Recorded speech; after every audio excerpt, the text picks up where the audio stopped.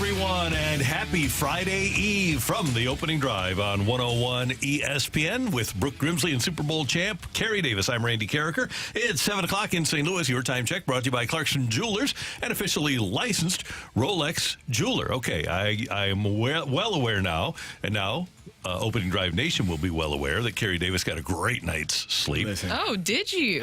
Randy, you know one of my favorite movies is My Cousin Vinny. You remember the scene where he was sleeping in the hotel and it was too loud, and he was in the other hotel, there was trains going by. Then he slept in jail the night, and he went to court the next morning. Hey, how you doing? How you doing? That's me. I slept like a baby. I'm present today. Oh my gosh, this is nice. What about you, Brooke? No, I had the exact opposite thing happen, so I'm intrigued. Please tell me how you made this work, please. What time, like everything. I fell asleep. I was watching TV and just fell asleep at like 7:30. And I was like, I woke up. Baseball. That'll do it. Yeah, it happens. And I woke up at like 8:15. I was like, I guess I need to get in the shower. Got in the shower. I was like, okay, out, and went right back to sleep. And I was like, okay, I'm out. 8:30, out Proud like of a you. baby. Wow, that is amazing. Okay, so I need to hear the opposite story. No, I'm still, and I was thinking about bringing this up in our next segment, but I'm still trying to figure out the right formula for sleep when it comes to this new schedule for me after working evenings for 10 years of my career, essentially. I still haven't figured out. I took too long of a day nap yesterday. It was one of those naps where you wake up and you're like, oh, what day is it? Did I miss like a show? Like, is this tomorrow? Like, what is going on? It's 6 o'clock. Yeah, 6 a.m. Yeah, and you're like, oh my God, what happened? And then I just threw everything off, and I woke up like 2 hours for my alarm this morning. So, it's fine. So, I'll need like 3 cups of coffee. It's okay. Even better than usual prepared Brooke Grimsley this morning. We've got Blues hockey tonight here on 101 ESPN. They take on the Blackhawks. I don't think Connor Bedard will probably play. 7:30 with the action, 6:30 with the pregame with Alex Ferrario and Joe Vitale here on 101 ESPN. Craig Berube, 3 preseason games under this team's belt. What do they need to do going forward? I think we got to get it off quicker, get it through, and it's about puck recoveries then and getting it back and attacking again. And that's what it's all about for the Blues. Attack. They're gonna be, as they used to say in 2019, they're gonna be hunting, and they're a big squad. And hopefully Connor Bedard is playing. So that they can hunt him. You keep saying that. You want to. I want our big fellas to go get him. Say, welcome to the NHL, buddy. Scare him. Is that what you're wanting? Bit, okay. Yes. I know the Blackhawks did get too many nice things, and I'm still a little bothered by that, including Panger. I'm still trying to get over that, but also getting Bedard, that hurts too. Yeah, it would have been nice. Yeah, it would have been. And then for them to get, because the league is fixed, but we won't get into that here. You're a conspiracy theorist? Oh, big time. I believe it. Really? It was too weird. I don't It's believe too in weird. conspiracy theories. There's only one some. team. Drafts. There's only one team getting Bedard in the entire draft lottery that would have benefited the league greatly, and it's that one. It was convenient. It sure was. I don't believe in coincidences. And they'll win as many championships as the Knicks did with Patrick Ewing. Tonight on Amazon Prime, Lions and Packers, Thursday Night Football. Enjoy that. And the Cardinals play their final road game of the season today. They take on the Milwaukee Brewers at American Family Park? It used to be Miller Park. American Family Field. American Family Field. Okay. That's where it is. American Family Insurance. Last night, the Brewers knocked off the Cardinals 3-2. And What happened? What happened there?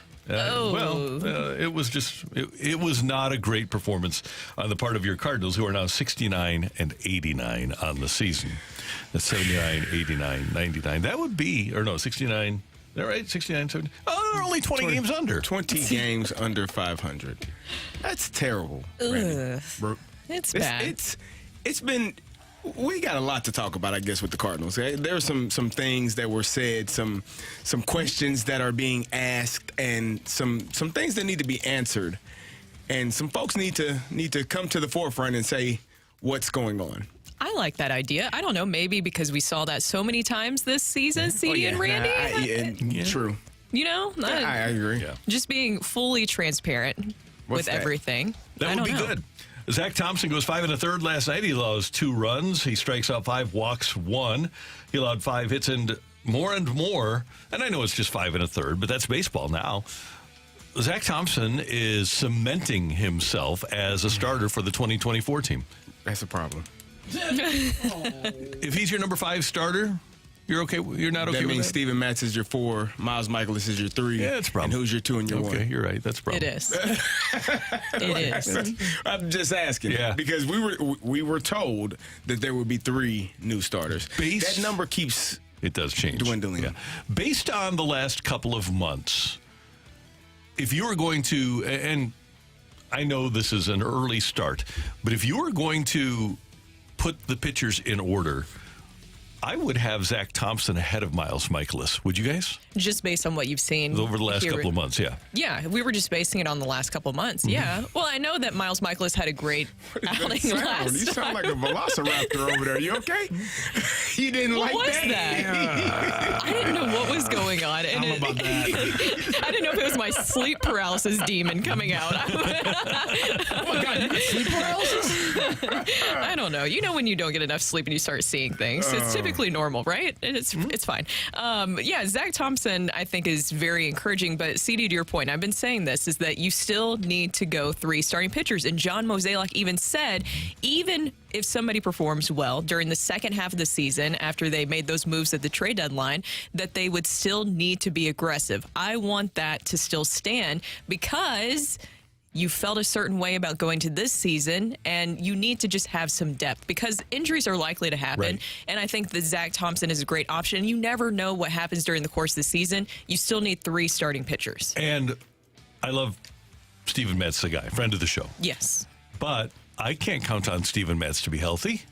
No, that's fair. So I have to go out and get at least 3 starters.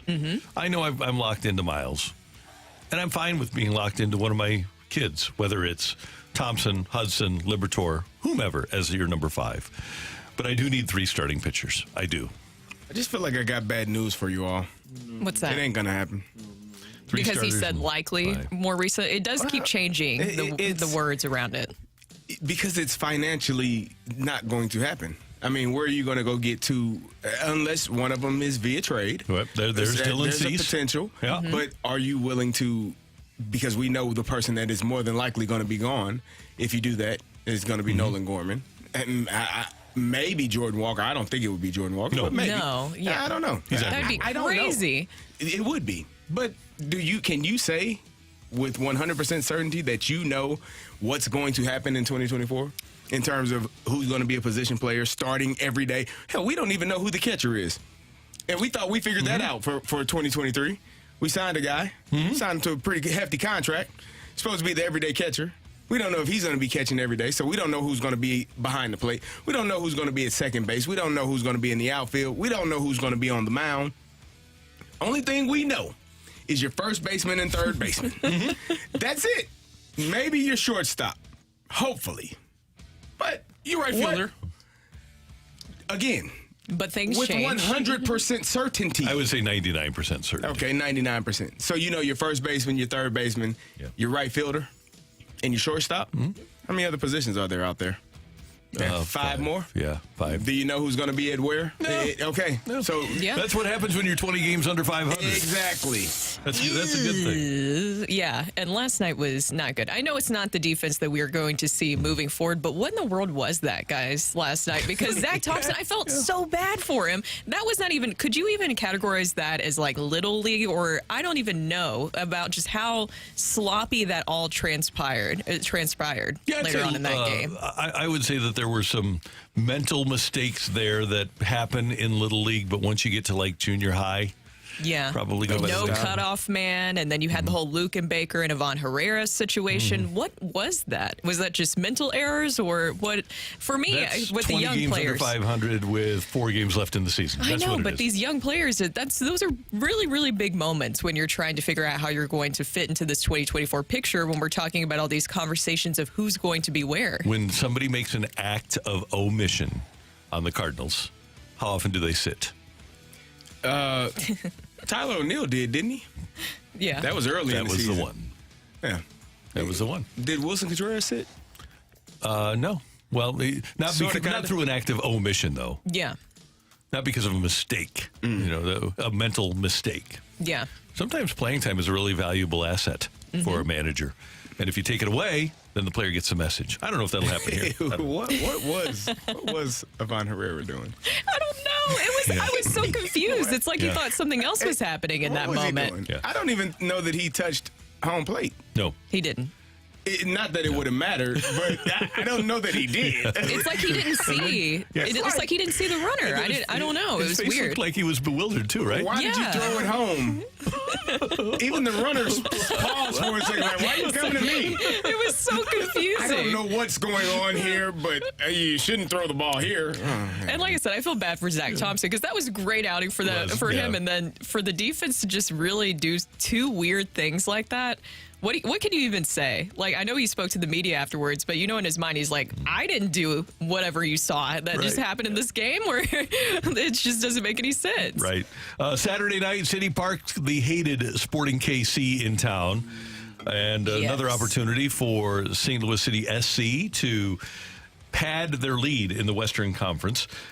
I hope that our fans are friendly to the visiting Kansas City fans. But I hope they're loud and boisterous in support of City SC. I think they will be. I think they will be. I think they will be very classy. It will be fun because this is going to be huge because if they win against Sporting KC, then they can clinch home field in the first round of the playoffs for City SC. So I assume it's going to be a very, very fun environment. But this is a really huge game, and I liked what I saw in that last win with City SC. I know that we had Carnell on earlier this week, and he mentioned that some people didn't like the fact that, it wasn't just like your starting 11 and that you had, 8 guys that were changed in and out. But to me, I think that showcased their depth. And that's encouraging moving forward. I think when you have had as many injuries as they've had and you have the opportunity to let multiple guys play, it does nothing but make your team better. Now your bench is stronger because they've had that opportunity to be on the pitch, and they are, they're doing a fantastic job as far as growing and building their team and becoming stronger. So I think it's been a good thing for them. You never want to have injuries, but when you did have those injuries to still be playing at a high level, I think it's made their team stronger. Yeah, you want guys who are able to step up and make the most of that opportunity. I think that's what you saw in that last game. So go SC on Saturday night with Sporting KC in town. We're off and running here on 101 ESPN. I think we got everything covered there. Coming up next, we've got, here's what we got coming up on the show. I'll tell you that first. We've got NHRA driver Robert Height. His all-time record, let me get this. He's gone like 330.9 miles an hour in a car. I know somebody that went like 109, and she thinks she's the coolest thing in the world. But no, it's he went 339.87 miles an hour in Snowman 2017. Robert Height drove that fast. He's going to join us coming up at 7:30. No Greg Amsinger today. He will be with us tomorrow. And then Blues insider Jeremy Rutherford's also going to join us at 9:15. So that's what we have coming up. And interesting comments in the 8 o'clock hour from our own Brad Thompson. So we're going to discuss that as well on the opening drive on 101 ESPN.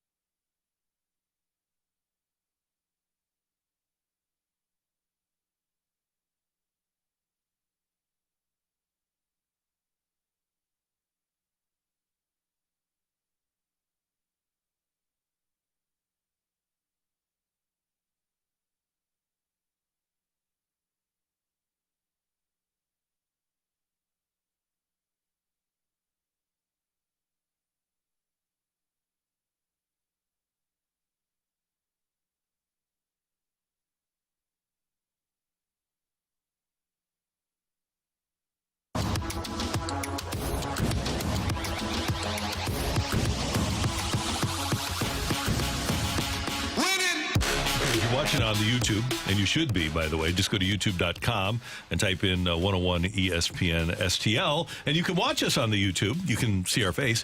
But I forgot to tell you that we had Sick of It right now, and you need to text us, 314-399-9646, 314-399-YO-HO, if you want to participate in Sick of It. Kids, the Atlanta Braves have won 101 games. I want to give you some numbers here. You like numbers? Sure. Here's numbers. Matt Olson has played in 157 games. Ozzie Albies 143. Orlando Arcia 135. Austin Riley 154. Eddie Rosario 137. Michael Harris II 134. Ronald Acuna Jr. 40-70 guy 154 games. Their DH Marcelo Zuna 139 games. I'm tired of Atlanta having all of their guys be able to play all the time. I wonder what that is. Like, what type of metrics are they using over there? You play your players. You win a lot of games. You have a guy who is a 40-70 player, first time ever in the history of Major League Baseball. What type of logic are they using? Randy, that's the dumbest thing I have ever seen in my life. Why dumb. would they do that? Well, we here in St. Louis got it figured out. You'd think so. You'd think so. We don't play our guys like that. Oh, no. But clearly, one of the things that Atlanta did during the offseason got themselves a back doctor. Oh. About a week back. Yeah. Yep. Oh, That no. makes sense. It's been a while since you guys have been able to do that one, so I'll let it pass. Everybody's on the IL. Yeah. Everybody's hurt with a back injury. How long they had it? About a week back. What are they doing? Atlanta? Yes. I mean, it seems a lot of things right, obviously, but what are they doing to keep everybody so healthy? Amazing. It's That got to really be is. beyond luck. That is amazing. There's going to be a lot of work that's put into that We got behind some the scenes, guys. too. I mean, Paul Goldschmidt has played, 152? That's Nolan, 144.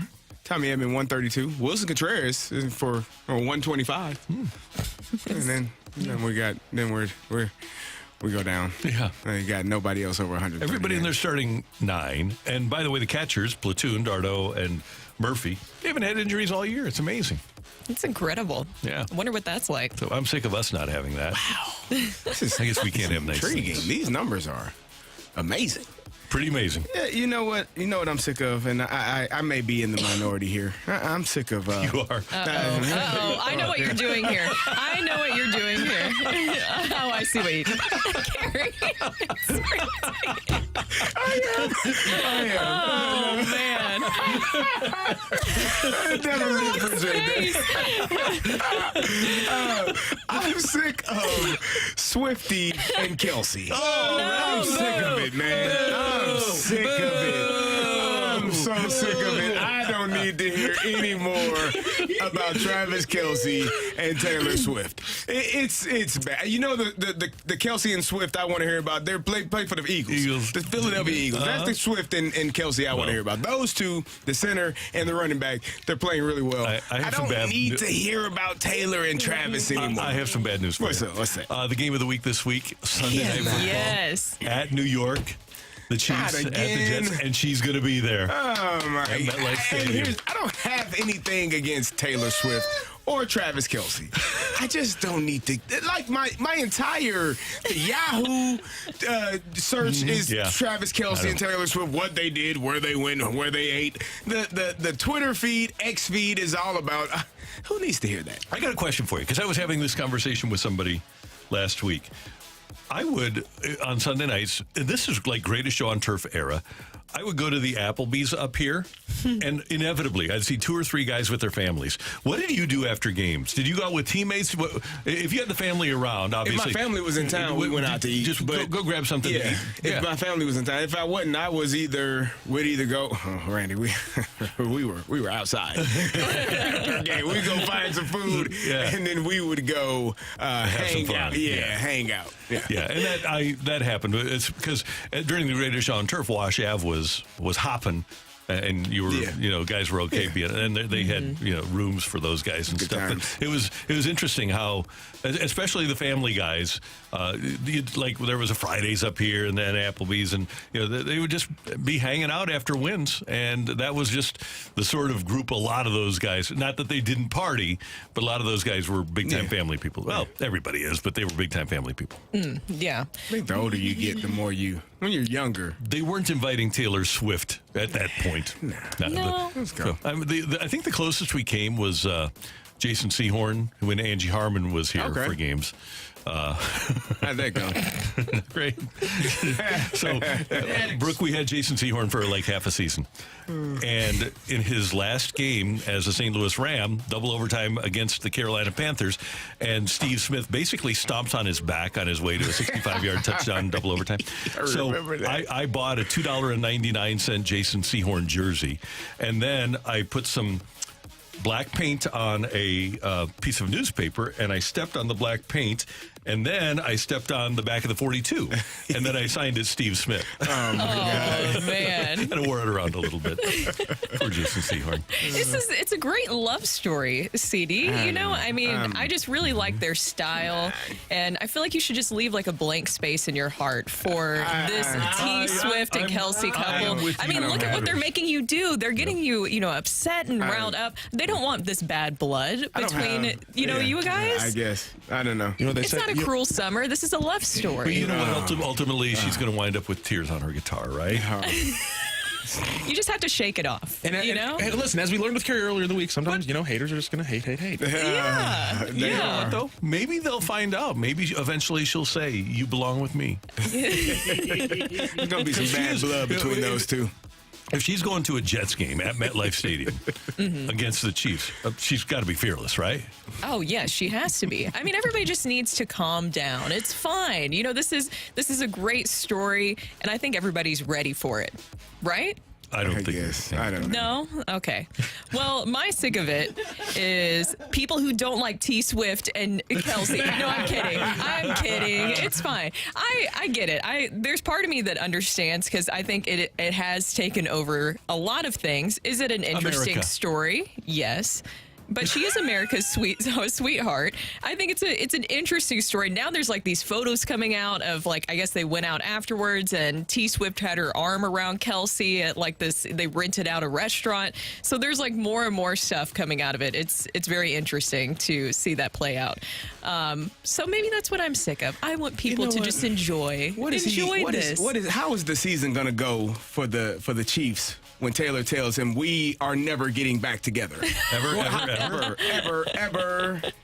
how is it going to go? Getting back together. It's not going to go well. And I'm more concerned about the Kansas City Chiefs.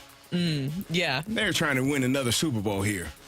If anything, I think they seemed fine. I mean, that was a great game for them, essentially. I guess. Yeah. I don't know. He'll be fine. They'll be fine, I think. Can we start placing? Is there bets on FanDuel on how long this will last? I'm being serious. Yes. Bovada. Really? Bovada puts lines up for anything and everything. Yeah, I'll see if I can find it for you. I'm sick of this warm weather this week. Why would No. you sick of What? Why are you doing? Okay. Winter, stay away as long as possible. It's coming. It's about a week away. Odds of Swiftie to be pictured attending a Chiefs game while sitting next to Brittany Mahomes, minus 120. No. Swift and Kelsey to announce they had a relationship and then separated by the end of 2024, minus 110.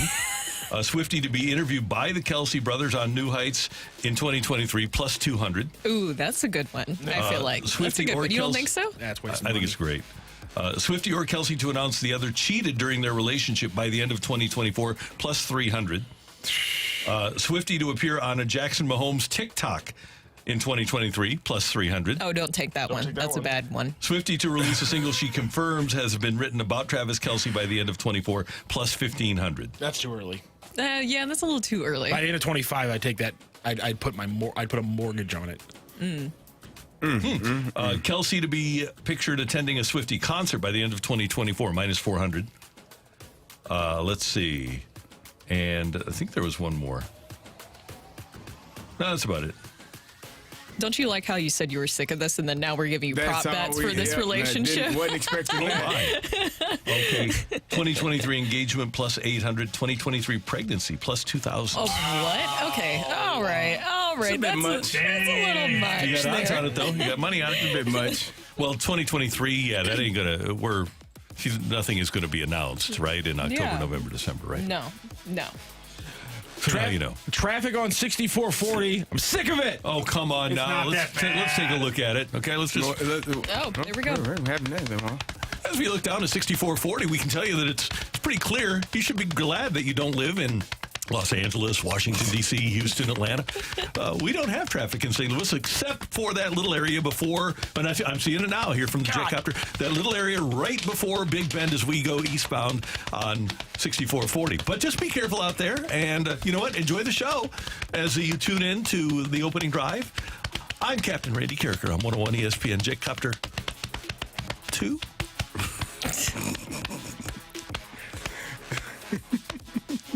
I'm sick of back puns, T-Swift puns, Yahoo, and construction on 55. Wow, those you are went a lot. 1 for 4 there, champ. Wow. What are the 4? Again. Back puns, Fun. T-Swift puns, Fun. Yo-ho, Fun. and construction on 55. Gotcha. Okay. Yeah, you went 1 for 4. Yeah, 1 for 4. Yeah, you're a solid. You're a solid player in Who the doesn't MLB. like the puns? I love the puns. How about you, CD? I do too. Yeah. Good.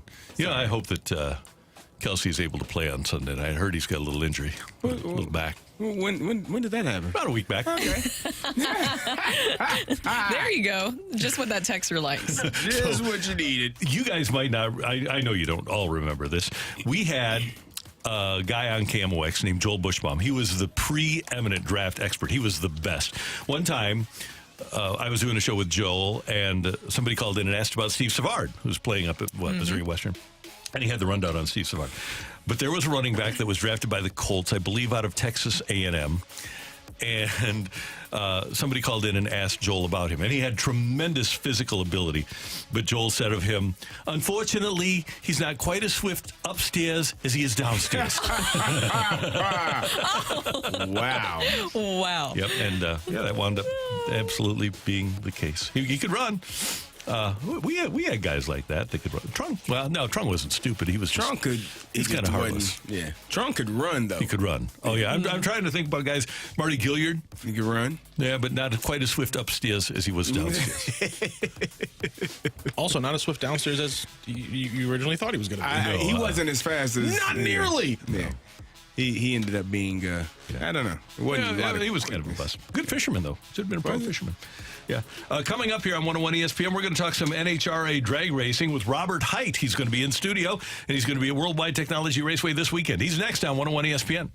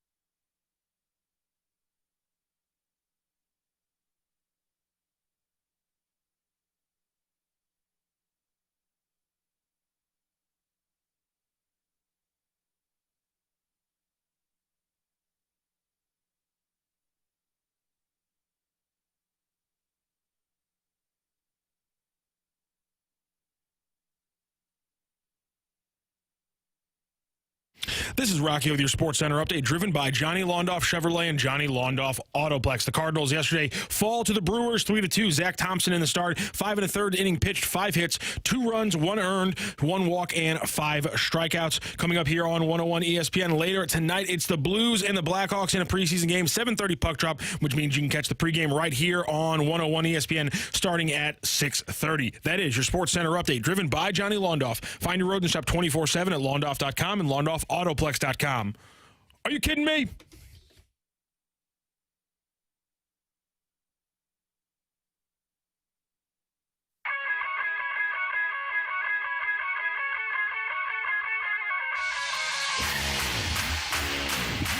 With Brooke Grimsley and Super Bowl champ Carey Davis, I'm Randy Karraker. Great to have you with us on the opening drive on 101 ESPN. And the NHRA Dragsters are going to be in town at Worldwide Technology Raceway this weekend. We're looking forward to that. And joining us here in studio is Robert Height, who's the current points leader. 3 wins and 5 final rounds this year on the NHRA Camping World Circuit. Robert, great to have you with us. Thanks for the time this morning. How you doing? Great. Thanks for having me, guys. So how's that Camaro running this year? It's running really good, and it's actually at the right time because this is the 3rd race in the countdown, and we're doing well. We're hitting on all cylinders right now.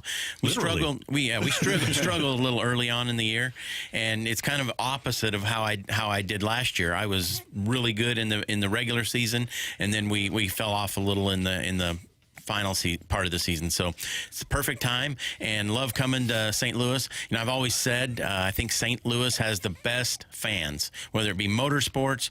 You know, I love going to Cardinals games, and those fans are just so passionate about baseball and everything. You know, they'll even cheer on, when the other team makes a great play. You don't see that all across the country. So love coming to St. Louis. Cool. I always love learning about people's background and what gets them into their sport, and just looking at your history and what got you here. You went from crewman to world champ. So just tell us about that journey. Yeah, it's really kind of unorthodox. Most everybody goes and they race other classes and work their way up. I never had that luxury. I started working on the cars, and honestly, that's probably how I got to where I'm at, because understanding these things and knowing what's going on at all times during a run, that's how I ended up having to learn to drive. So I think it really helps to know and understand the race cars, and sometimes I still like to get my hands dirty with the guys and work on my car. Robert, talk to us about how important those crew members are. We always look at the drivers and how much pressure they're under, but how much pressure are the crew members under to make sure that car is running properly? Honestly, I think in NHRA drag racing, I think it's probably 70% car and 30% driver, whereas other forms it might be more heavy toward the driver. And so those crew guys really have a lot of work to do, and to do it consistently every time. That's the name of the game, to be consistent and have a car that'll go up and run, within a few hundredths of a second every single run. And then, we tear these things apart every single run. Every part gets completely rebuilt, and we can usually do that in 30 to 40 minutes. So those crew guys, they earn their money, and they're the reason we win. The NHRA Midwest Nationals tomorrow through Sunday over at Worldwide Technology Raceway. Tickets still available at www.raceway.com. Okay, Robert, so your all-time top speed is 339.87 miles an hour. That was back in 2017 at Sonoma. When you're going 335, 339 miles an hour, do you actually see what's going by? What do you see when you're going that fast? No, you're not looking around. I promise you that. You're looking right down the middle of the track, and truthfully, at the finish line, you can't tell a run between 330 and 339. You really can't tell the difference. But where you can really tell it is in the middle of the racetrack when the clutch is coming, and you see the most G's. It's about 6 G's, and it sets you back in the seat. Wow. And when it does that, boy, this thing, if it sticks and it doesn't smoke the tires, it's going to be on a good one. And so that's really when I can tell. And you hear the engine too. You can hear the engine revving up, and that's a great sound, it's happy, you're going to run big speed. But it's not like you're out for a Sunday drive and you're just looking around saying, wow, 339's fast. How do you handle that sound? Do you have obviously you have headphones on, but that's really a loud vehicle too. It is loud, and even for the fans, the fans that come out, if they've never been to a race and only seen it on TV, you've got to come check it out, because TV doesn't do it justice. It tests all of your senses. You can feel these cars going down the racetrack. I mean, the ground shakes. So, and it's loud. Bring ear protection. And how big is this for you going into this weekend? What's at stake for you points wise?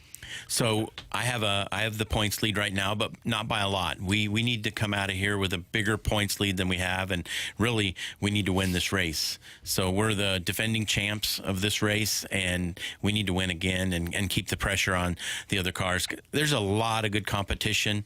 There's really 6 to 8 cars in the funny car class that can win any weekend and win a championship. So we got to keep the pressure on and stay consistent and go rounds. And also there was an interesting story that happened with you here in 2018. It seemed like that was a win for you, but then there was a lot that led up to that. What was that experience like? Yeah, that was probably the craziest run I've ever made. It was the final round. I was racing Tim Wilkerson, and I knew the car wasn't totally right going down the racetrack, but I couldn't see him. It's the countdown. It's for a win, and I stuck with it, and right at the finish line, it blew up. I did get the win, but it launched the body, hit the scoreboard, and then I was kind of along for the ride, broke my collarbone, and had to go to the hospital. But 2 weeks later, I was back in a car in Dallas, because it's the countdown and you want to win the championship, and we won again. So you're driving with a broken collarbone? Yep. Wow. Yep. What are your pre-race rituals? Like, what are some of the things that you do to prepare yourself going into a race? I try to get my head in the game by listening to what's going on the racetrack. Cars that are running in front of us, are they running good? Are they having troubles? Listening to my crew chiefs on the radio. We have a track specialist out there that's giving us track numbers and temperatures. So if I get my head in the game and kind of know what I'm up against when I get in my car and it's time to go. I had one more question, because you talked about all of the senses that take place when you're at a race. You talked about the G-force. What does that feel like on your body when you are hitting 339 miles an hour? It's it's 6 times the weight of your body. That's what it is. And it just feels like this car will never quit pulling. Yeah. It just sets you back in the seat. And, I got to, it's not sustained because we're only racing for 4 seconds. But I got to go up, with the Blue Angels, and we hit 8 Gs. And that's insane. And sustained Gs like that, you'll black out. Yeah. So it's pretty crazy. But to do what we do in 4 seconds and, in 1,000 feet, it's pretty impressive. It's incredible. And the NHRA Midwest Nationals here in St. Louis at Worldwide Technology Raceway this weekend, tomorrow through Sunday. And you can get tickets now at www.raceway.com and see those vehicles that are going 330, 335 miles an hour. It's incredible. Can't believe what you do. And thanks for stopping by to see us. Thanks for having us. Hope to see you guys out there this weekend. You bet. That's Robert Height, NHRA funny car driver, with us on the opening drive on 101 ESPN. Coming up, get your text into the Air Comfort Service text line, 314-399-9646, 314-399. Yo-ho! We've got Take It or Leave It coming your way on 101 ESPN.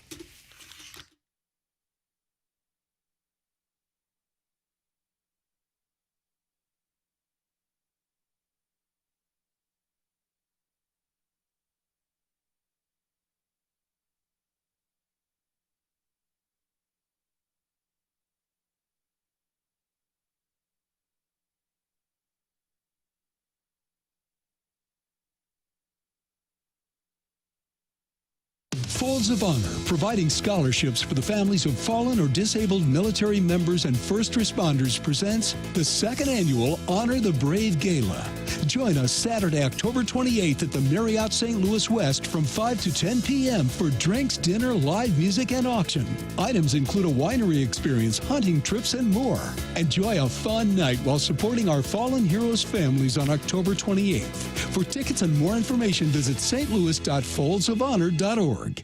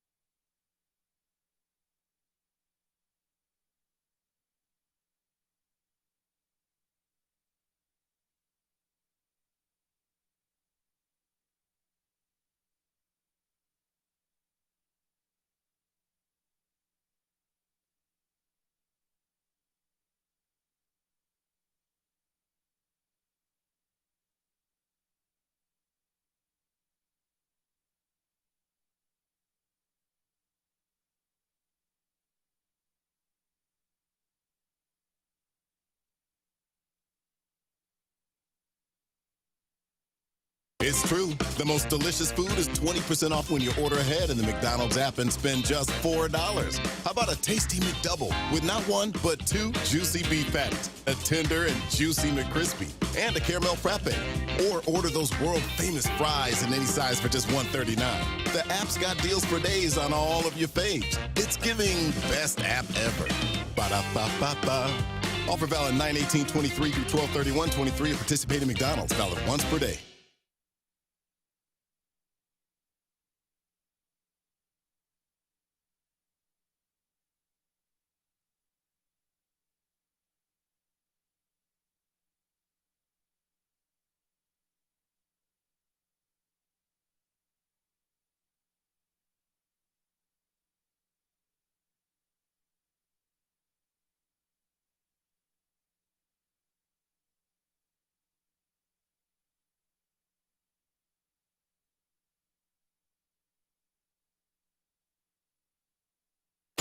Time for Take It or Leave It. Want to say something? Put it out there. If you like it, you can take it. If you don't, set it right back. Get your text into 314-399-9646 and give us your Take It or Leave It. Brought to you by Gloria Lou Realty. Visit GloriaHasTheBuyers.com and start packing. That's my final offer. Take it or leave it.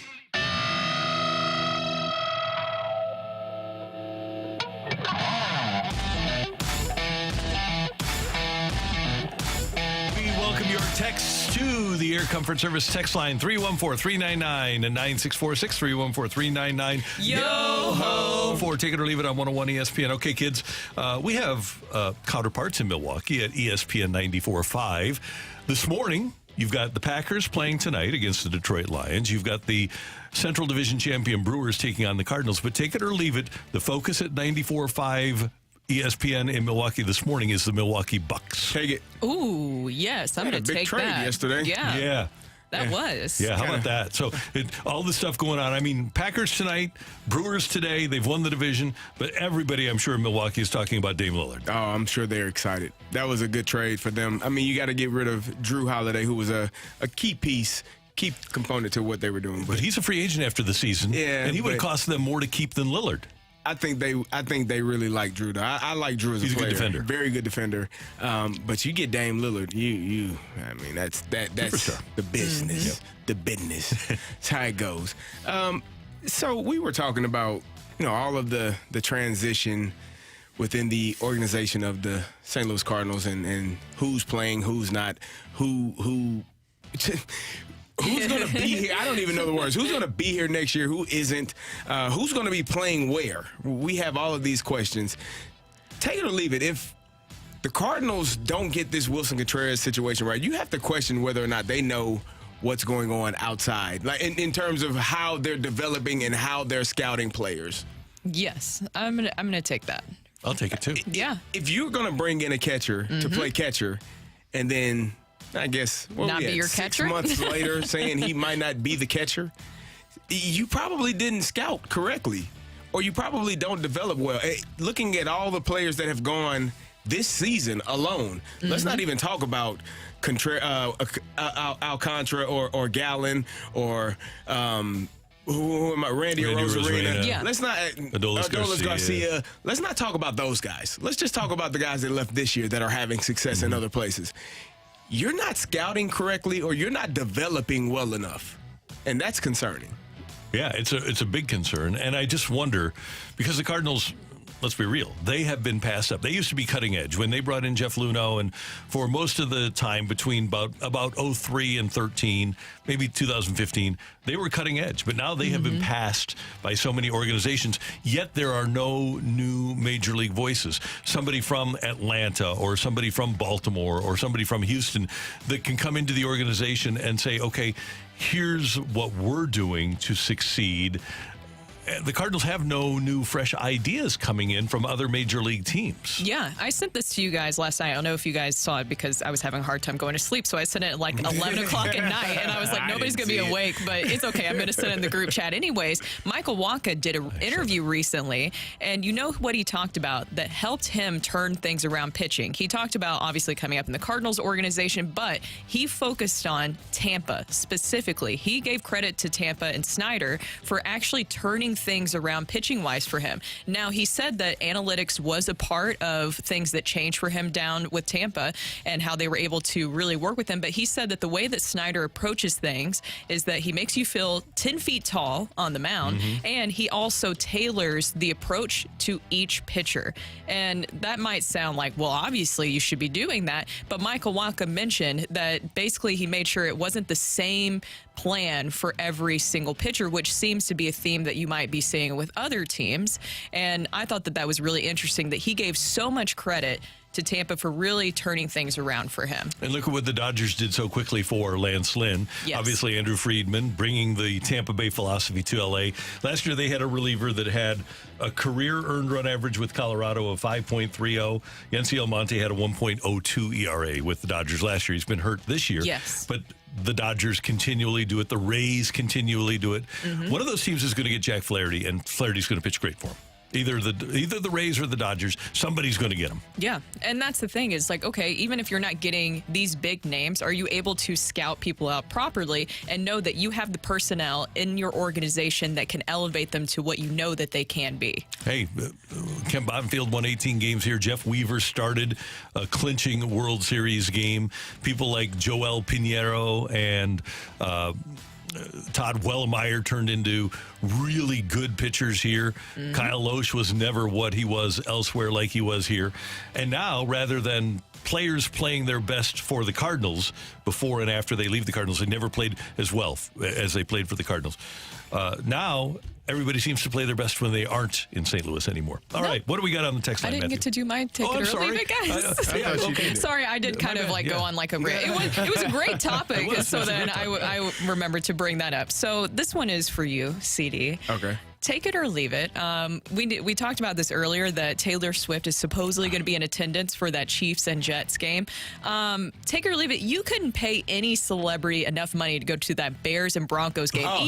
Even Sierra will want to step her way out of that game. Honey, you couldn't even do a paid appearance for that one. To take care of. I don't think I'm going to make it. I don't want to be a distraction. Yeah. Why would anybody?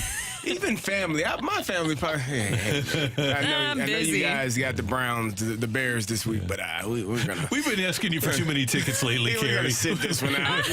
You let us know how. We'll be watching though. Well, we won't. Do you think they're like calling up people like, okay, we'll pay you. What is your fee? And they're like, oh, I'm just really busy. I can't. Yeah. That game is going to be terrible. Tough to watch. The toilet bowl, if you will. It is. That's it. It's gonna be bad. Yep. All right, Matthew, what do we got on the old text line? Take it or leave it. Shane Bieber is a Cardinal next year. Leave it. Leave it.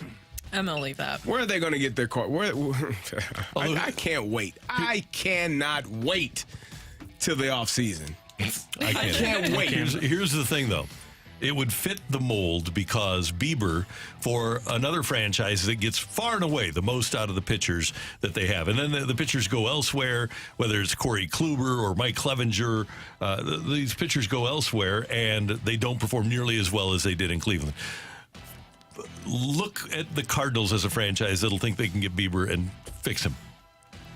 No. We'll see. I don't think they'll do it either. Take it or leave it. Contreras plays more games in left field next year than Tyler O'Neill. Take it. For which team? For the Cardinals? Take it. Yeah, for the Cardinals.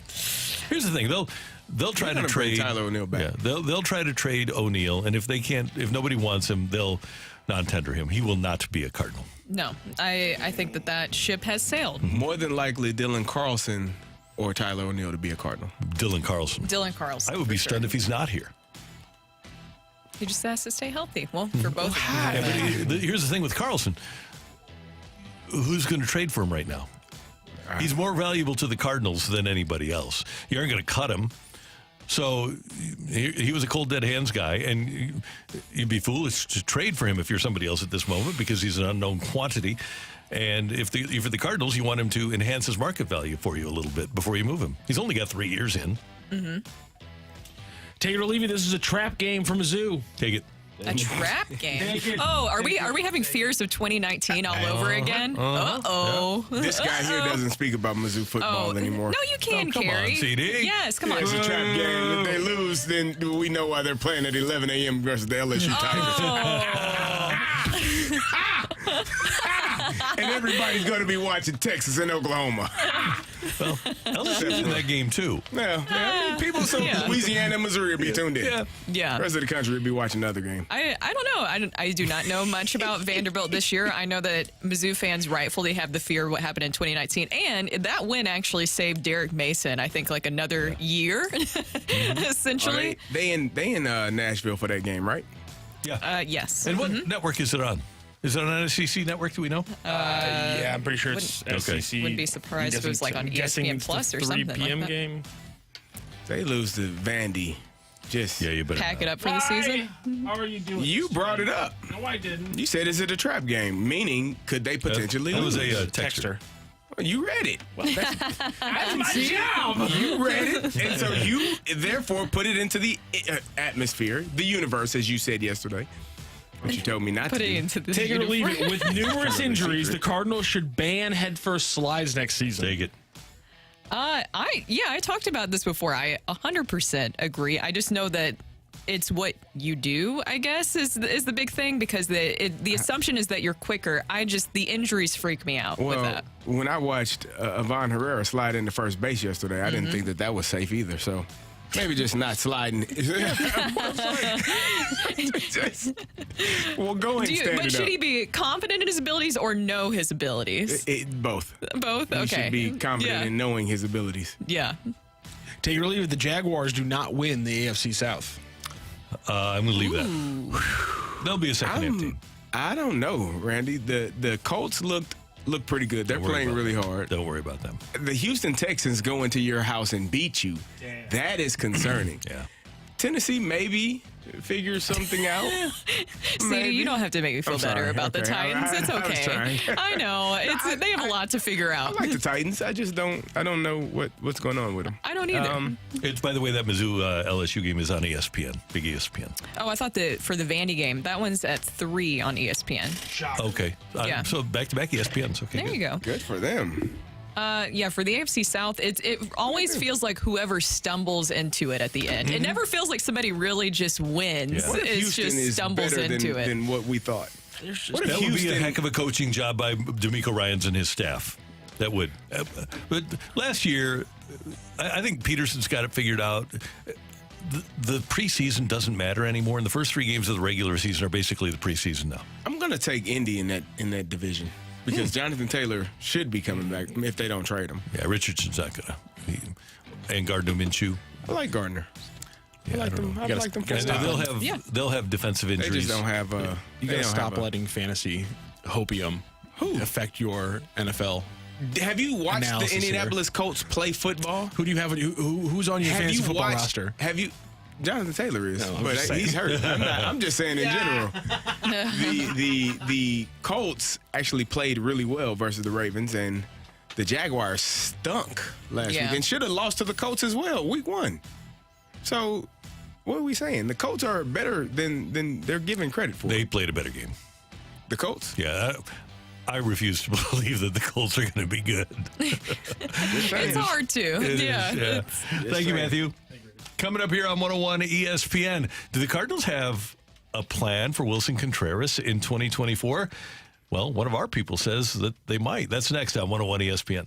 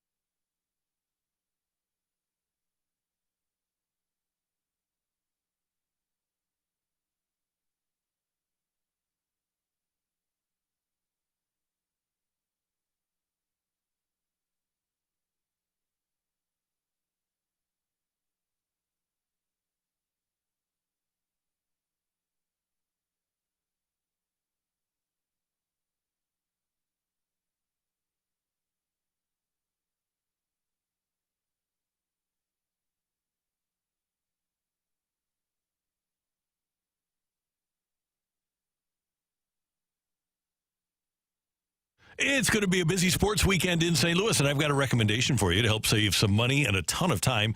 Take the Metrolink to the games, whether it's the Cardinal games over the weekend or St. Louis City SC. If you want to really have a great experience, save gas, save money, save wear and tear on your vehicle, then use the Metrolink. It helps you support your community, supports local businesses, and really helps you get to the ballpark in an efficient manner. You know, a healthy, vibrant public transportation system is critical in attracting new business, and that creates a significant amount of jobs in the region. Metro is all about that. And if you're concerned about the environment, well, riding Metro reduces your carbon footprint and helps improve air quality too. Don't let preconceived notions hold you back.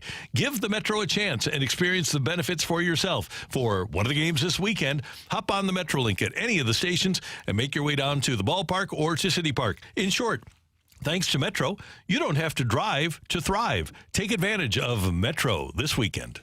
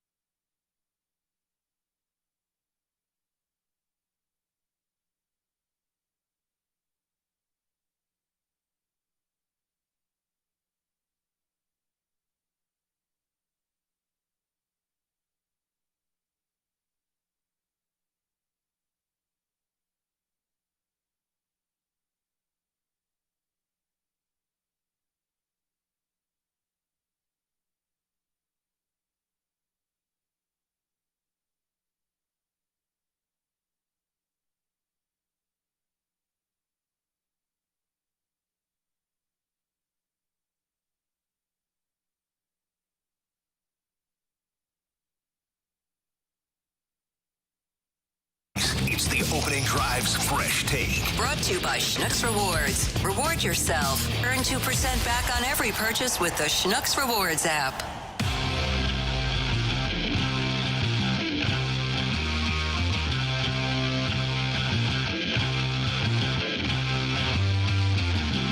It's 8:05 in St. Louis. Your time check brought to you by Clarkson Jewelers, an officially licensed Rolex jeweler.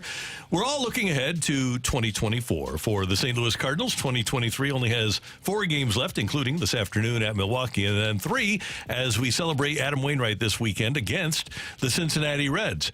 We certainly have seen the last of Adam Wainwright as a Cardinal. We will have after this weekend. But will we have seen the last of Wilson Contreras as a catcher? Here's Brad Thompson, our own Brad Thompson, and also the Cardinals analyst on Bally Sports Midwest, yesterday in the Fast Lane.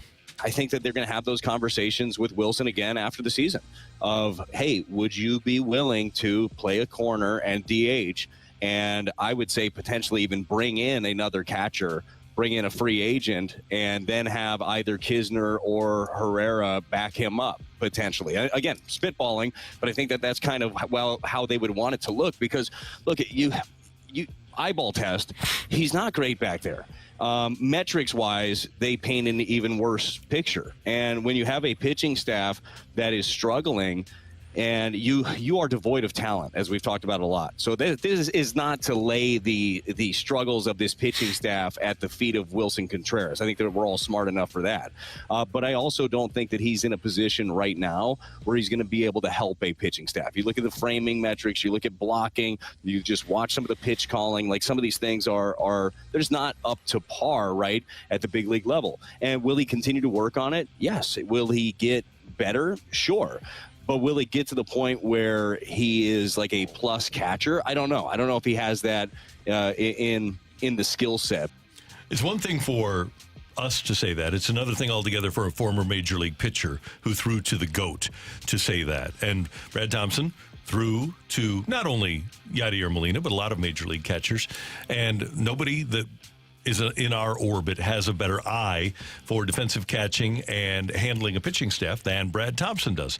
So for that reason, I would tend to come down on the side of BT there. Now, one place where I would disagree is I don't think they need to go get another veteran catcher. I would, if I were the Cardinals, I would get a catching instructor for both Andrew Kisner and Ivan Herrera, and maybe sign a a guy to a minor league contract that catches at Memphis in case you have an injury, a veteran guy.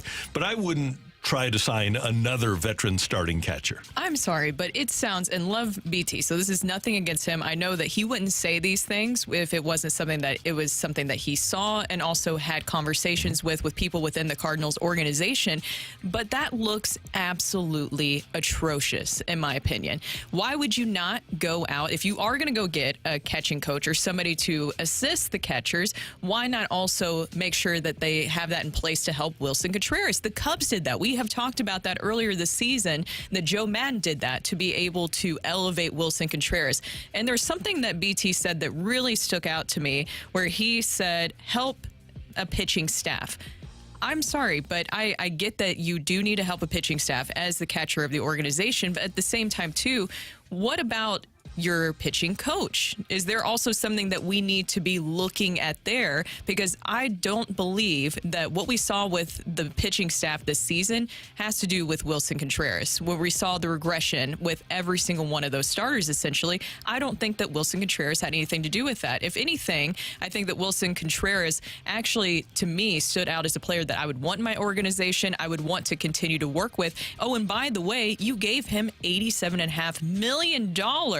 You invested a lot of money and time. And CD, you were talking about this earlier. What does that also say about what it looks like when you're scouting and evaluating talent that you bring in the organization? And what will this look like to other possible free agents down the line when you're courting them, and to say, well, are you guys going to make sure you give me all the pieces to make sure I can stay in the position that I've been in, that gave me this contract in the first place? If you give somebody a contract to be something, then that's what they should be, essentially. But I don't think the rest of baseball is surprised by this, by the performance of Contreras. That's why nobody traded for him at the deadline in 22. Then what does that say about the Cardinals? That's the concern. What are you looking at? What are you scouting for? What are you seeing that said, yeah, he's our everyday catcher, and then a month into the season, yeah, this guy can't do that? Ego. That's poor management. That's poor scouting. That's everyone that was involved. And this is no knock at all on Wilson Contreras, because I think what he is and what he has been is what they signed and what he should be. He's a damn good baseball player. If you needed a guy to be Yadier Molina, then that's probably, you scouted that incorrectly. If you thought that he was going to be Yadier Molina behind the plate. And I don't think that they thought that that's what he would be. I think they believed that his hitting could supersede what they thought they would get behind the plate.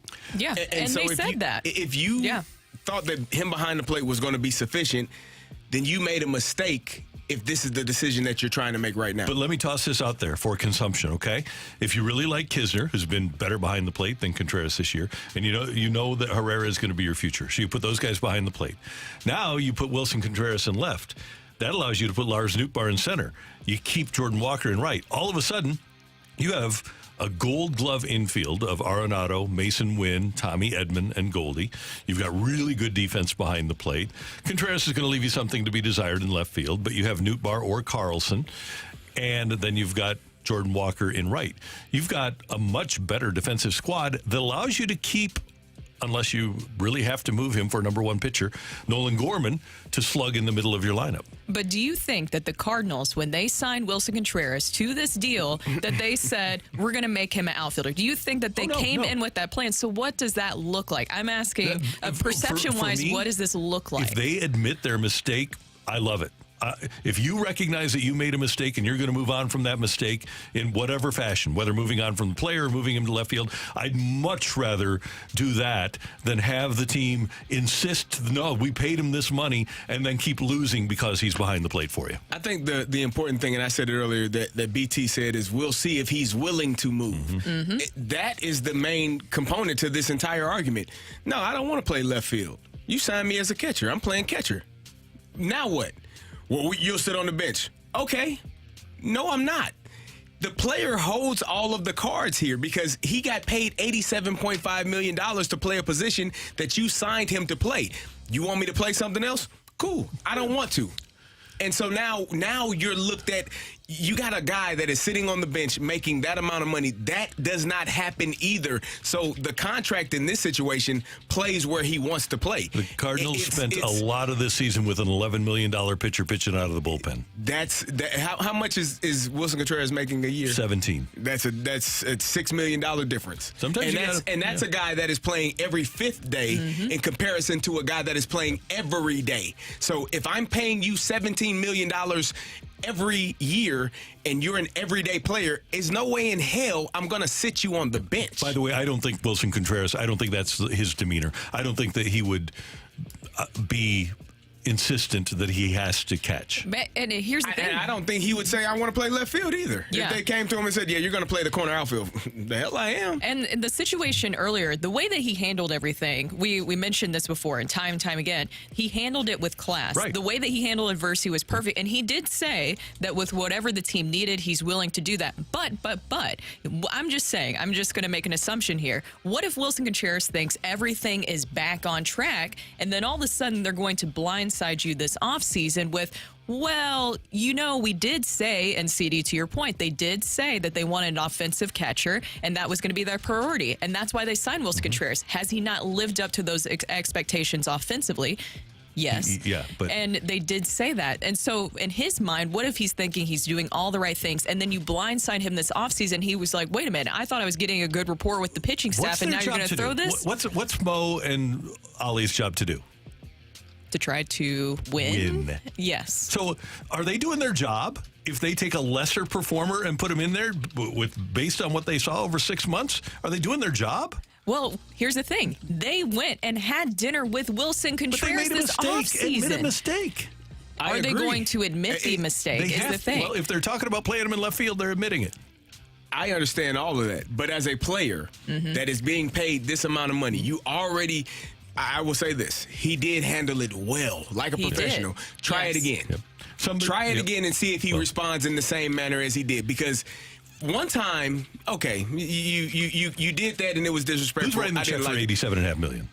DeWitt. There you go. Okay, and so he can do what he wants. There you go. And it's the golden rule. And again, the man with the gold makes the rules. And so what I told you I believed happened the first time, yeah, we're going to move you to DH or we're going to move you to a corner outfield spot. And I believe that DeWitt called and said, hey, no, I paid. You all told me he could be an everyday catcher. Yeah. That's what the hell he's going to play. But you can't do that if it's going to cause you to lose here's games. The thing. Is it actually admitting that you made a mistake just by moving him to the outfield? Because to me, that sounds like that you also aren't actually looking internally at your pitching staff and maybe some of the other pieces in there. Like I mentioned, coaching this season, maybe it left some to be desired. Are they actually elevating these pitchers to get the most out of them?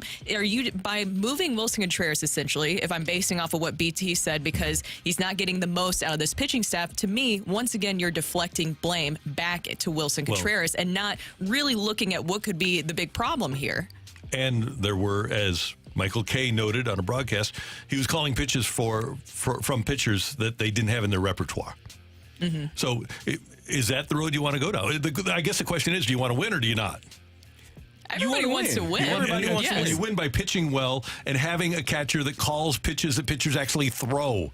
I agree with that as well. But are we? We don't know the full story of that. To me, this feels like I can look at the numbers. To me, this feels like this is solely on Wilson Contreras and how poorly he's perceived to have played. And again, I've never thrown a pitch in a major league game in my life. So if Brad Thompson says that he's been poor, then I have to understand that and listen to it and agree with it to a degree. But I also know that I've seen Wilson Contreras have his butt sitting on the ground with his glove on the ground, and I've seen a pitcher leave a hanging breaking ball over the middle of the plate, and it got hit out in San Francisco. So who do you blame for that? Because I believe that the pitchers were not always hitting their spots, and Wilson Contreras is not to blame for that. You guys know that I've refused to learn the first name of the Cardinal pitching coach, so I'm not absolving him of blame at all. But that's what I'm saying. He's is the that best not number what it 90 seems the Cardinals like? have ever had. That's the best thing I can say about the Cardinal pitching coach is that he's the best number 90 they've ever had. It's the best thing. Yes. The only one? Yeah. Moving Wilson Contreras to left field looks bad. It looks bad. I don't know how you can clear up the perception of that. And then what you said, I agree with. What does it show other free agents? That to me carries a lot of weight as well because these guys talk. And if I tell you, or even see it, you see it. Let's say this. Let's do this. Wilson Contreras was told he's going to be a catcher, and now he's being told something different. So when he talks to his friends, these guys lied to me. Nolan Arenado was told, hey, we're going to have put together a ball club. I want you to say don't opt out, stay in, and we're going to put together a team around you. And it didn't happen. Nolan Arenado, if that's how he feels, what is he saying? So there is growing concern, in my opinion, if guys in the clubhouse are being told one thing and something different is happening.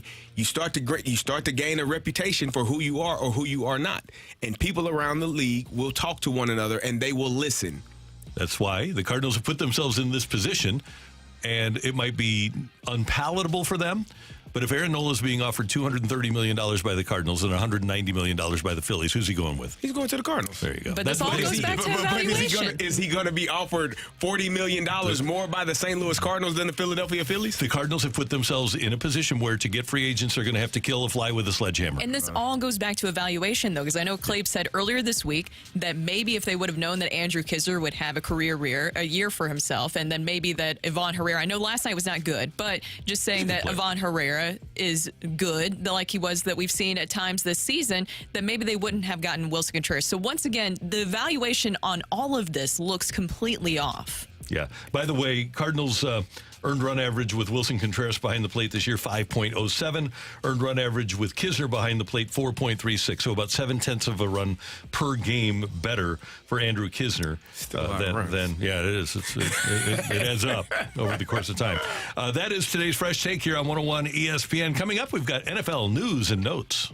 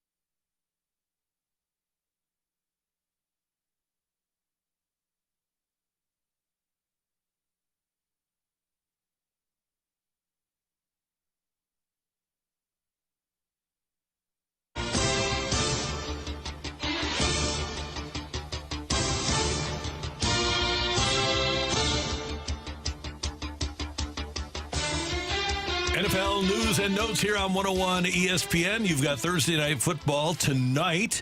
You've got the Green Bay Packers taking on the Detroit Lions. Last time these two teams played, it was for a Packer playoff spot. Packers lost to Detroit. Tonight, though, hopefully AJ Dillon will have a big... I'm going back in time. Way back. Yeah. Hopefully AJ Dillon will have a big night. Aaron Jones not expected to play for the Packers. Corey Dillon. AJ Dillon is not going to have a big night. His first year, I think, was his best year. It hasn't been the same since. I think Green Bay is a better team than what we expected them to be, but I don't expect them to win tonight versus the Detroit Lions. It should be an interesting game. The Lions really haven't lived up yet to what they were expected to be either, although they've had injury issues. But they do have... Amazingly, that we're saying this, they have Jared Goff, who might be a difference maker in a game like this. Jared Goff doesn't get enough love. Mm-hmm. He took a team to a Super Bowl, and I think we just kind of skip over that because they didn't win.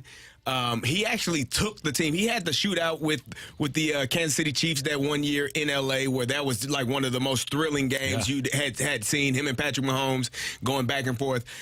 Jared Goff is a really good quarterback, and there have been times where people have questioned whether or not he deserves to, if the Lions were going to go in a different direction. I think they showed you with last year's draft, hey, we like our guy, we trust our guy, we believe in him, and he's done a pretty good job as far as being their lead guy at quarterback. Game at Green Bay, and Detroit is favored by 2. Well, the other big game, I guess, this weekend is the Jets and Chiefs. It seems like the saga and just the soap opera of the Jets continuing with a lot of finger pointing that it seems to be coming out. And Aaron Rodgers went on the Pat McAfee show earlier this week, and he discussed how that needs to stop. I understand, we have to understand the importance of manifestation and what we're putting out in the world. We also have to be realistic as well. We're not living in this, rose-colored glasses world either. We're 1-2. Been a couple rough ones. Defense, we played good enough to win that game for sure. That's a game we got to win. At home, defense giving up 13 points, we got to win that game. No doubt about it. But let's stay behind our guys. I think it's going to be a great opportunity for our boys, and I'd like to see everybody stick together. Our fan base, our former players, and our current players, because too much negativity. And the world is crashing down after 3 weeks. It's a long season, a lot of time, a lot of things that can happen. It doesn't seem good, though, because according to all the reports, there's a lot of tension right now because Saleh is backing Zach Wilson, and supposedly the locker room is not fully buying in on that.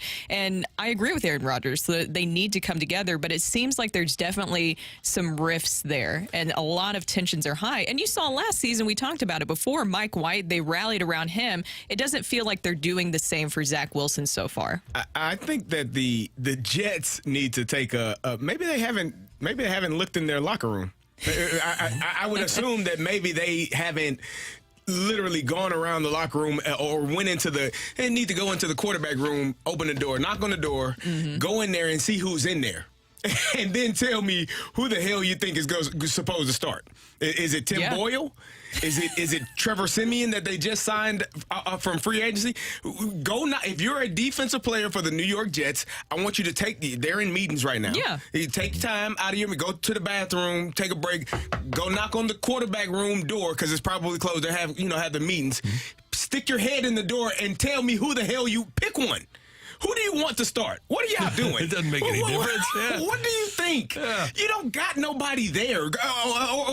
Or you get some free time. You get about 15 minutes. Go online and see who's a free agent that you would like to bring in.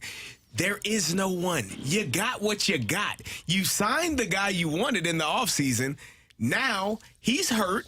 You got the guys that are there. You either rally around him or you lose. Play good football. That's it. Complaining is not going to make it better. They clearly don't know who's on their roster. So just go knock on the door and see. Take a peek in. By the way, how'd you like to be CBS paying rights fees for the Week 5 late window game? They've got the 325. They've got 2 games for the 325 game on CBS in Week 5. This is October 5th.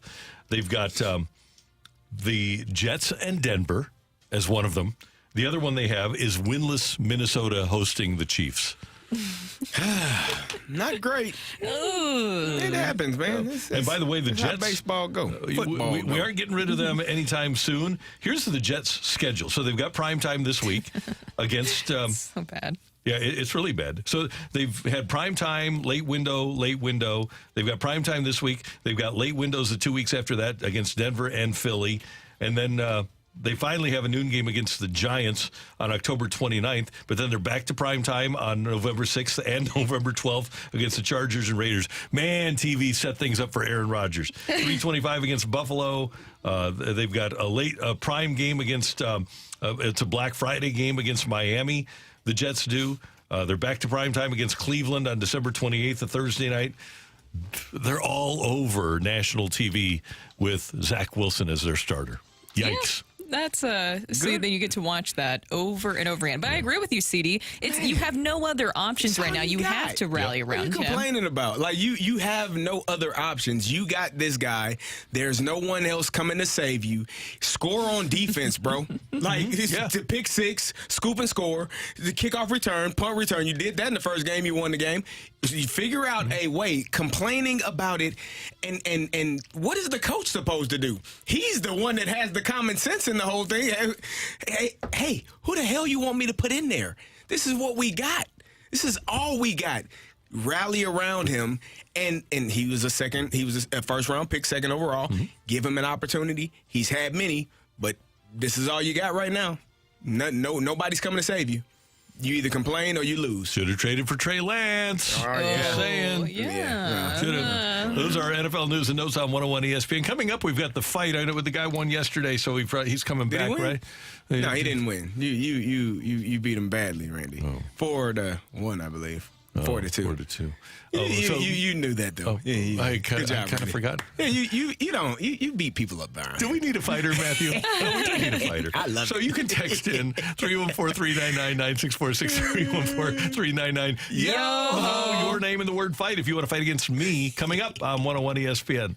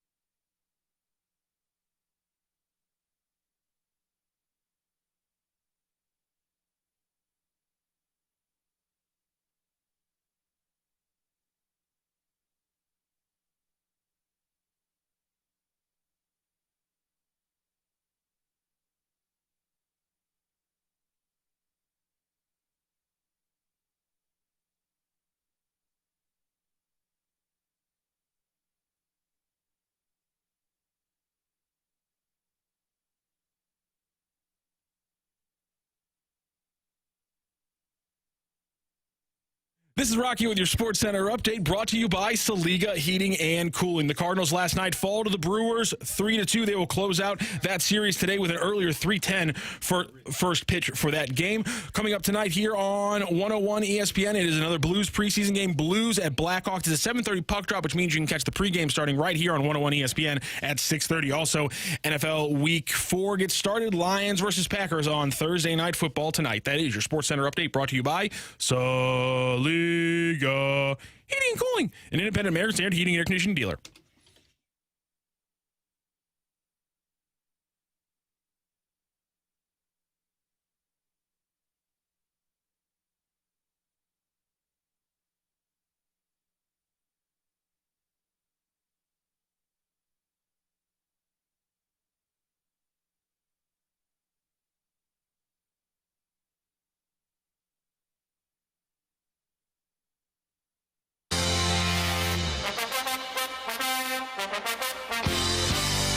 Welcome back to the opening drive. I am Carey Davis, joined by Brooke Grimsley, and it is time for the fight. And our fighter today is Carl. Carl, how you doing? I'm doing great. How are you? Doing wonderful. Are you ready to take on Randy Karraker? Oh, I'm ready. All right, here we go. Which Cardinal was the first player to ever get 100 hits from each side of the plate in a single season? Is it Willie McGee, Ted Simmons, or Gary Templeton? Gary Templeton. Happy birthday to former Blues netminder Grant Fuhr. With which franchise did Grant Fuhr win 4 Stanley Cups with? Was it the Canadiens, Islanders, or Oilers? You said One more time. Oilers? The Oilers. Okay, sorry, it cut out for 1 second. Which Cardinals MVP holds the franchise's modern era record for career errors with 247? Is it Marty Marion, Ken Boyer, or Orlando Cepeda? Let's go with Boyer. After yesterday's trade, Giannis and Dame will become the second pair of 30-point scorers to play on the same team. The first was Jerry West, and who else? Was it Elgin Baylor, Gail Goodrich, or Wilt Chamberlain? Wilt Chamberlain. All right, we will double check our scores, and we will bring in Randy Karraker. Carl, how you feel? About as great as the Cardinals do this year. Oh. They're 20 games under 500. It's Carl. bad, That's not Carl. great. That's bad. They're not doing great right now. Hopefully it's much better than that. We'll see here shortly. Hopefully. Randy is walking in. He's got his blue pullover on. I thought it was a St. Louis Blues. Oh, no, this is a Jack Buck golf tournament. Jack Buck Golf nice. Classic. Nice. I don't know what year, but Cystic fibrosis, is that what that says? Yep. Oh, Yeah, very it nice. is. Yeah. Say hello to Carl. Randy. Carl, good morning. How you doing? I'm doing good. Good. Thank you very much for your time. Thanks for joining us today. Carl, with a K or a C? With a C. Okay. Good to have you with us. Thanks for listening. Thanks for playing. All right, Randy. Carl Here we with go. a C. Here we go. Which Cardinals player was the first to ever get 100 hits from each side of the plate in a single season? Oh, man. Was it Rogers Hornsby? Could it have been, let's see here. Frankie Frisch, Rogers Hornsby, Enos Slaughter, Stan the Man. I'll go with Gary Templeton. Could you have possibly been playing with your food there? A little bit. A little bit. He knew the answer as soon as it was asked. This so guy. funny. Okay. You're watching Mason Wynn with his arm. Mason Wynn's arm is not as good as Gary Templeton's. Really? was. Gary Templeton would toy with runners. He'd make a play, and then he'd just wait until he knew that he could let it fly. And then he had Hernandez at first. He'd let that sucker fly, and he had an unbelievable throwing arm. And he'd get him by a quarter of a step because he knew he could. He was the most. Bob Bragg, who was around Bob Bragg lived till he was in his mid-90s. He said that Gary and Bob watched Sam Musial play. He saw Babe Ruth play. He saw Williams. He saw DiMaggio. Bob Bragg said that Gary Templeton was the most talented player he ever saw. Really? Yep. Wow. He could play. Gary Templeton. Willie Wilson ultimately did it, too. 100 hits from both sides of the plate. Final answer. Final answer. Okay. All right. Make sure we get that. Yesterday, that was controversial. Happy birthday to former Blues netminder Grant Fuhr. With which franchise did Fuhr win 4 Stanley Cups with? Oh, man. Let's see. Was it the Kings? Kings. He was with the Leafs. He was with the Blues. He's Gary Templeton. I'm going to go with the Edmonton Oilers here. I'm going to go with the Edmonton Oilers. All right, let's see. Do you get what I said? Final Yeah. answer? I get it. He's toying with perfect. you. Final answer. Let's see here. We can know this one. Okay. Which Cardinals MVP holds the franchise's modern era record for career errors with 247? Former MVP, errors 247. And he won an MVP playing for the Cardinals, huh? No, yes. Which Cardinals MVP holds the franchise's modern era record? Yes. Templeton didn't win an MVP. I didn't say that everything was great about Gary. I said he could throw. He had a lot of errors? Yeah. Okay. You would... Okay, hold on. You know what, CD? I will just... because I'm questioning myself here, I'll do the lifeline. Marty Marion, Ken Boyer, Orlando Cepeda. I'm going to go... Marion played short. Boyer played third. I'm not going to go with Cha-Cha because he was a first baseman, but he did win an MVP.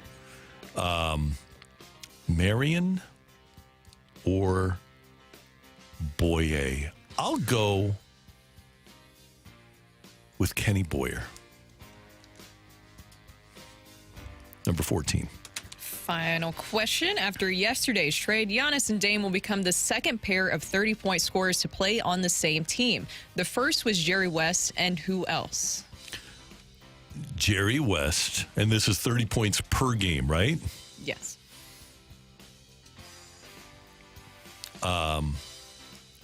Is it Elgin Baylor or is it Wilt Chamberlain? I don't think Wilt was there. Well, let's see. West and Kareem. I'll go with Baylor. Jerry West and Elgin Baylor is where I'm going to go here, ahead of Kareem getting there. This is an incredibly close fight, but we do have a winner in regulation today. Does Carl get Randy on a week where he's already let up 2 wins? Or is Megamind determined to close out this week with a couple of victories himself? Ring that bell. The winner and still champion of the fight, Randy Karraker. The fight is presented by Golf Discount of St. Louis, with the most experienced club fitters in town. Why shop anywhere else? I'm sorry, Carl. Randy just edged you out on question number 4. He beat you 3-2 today.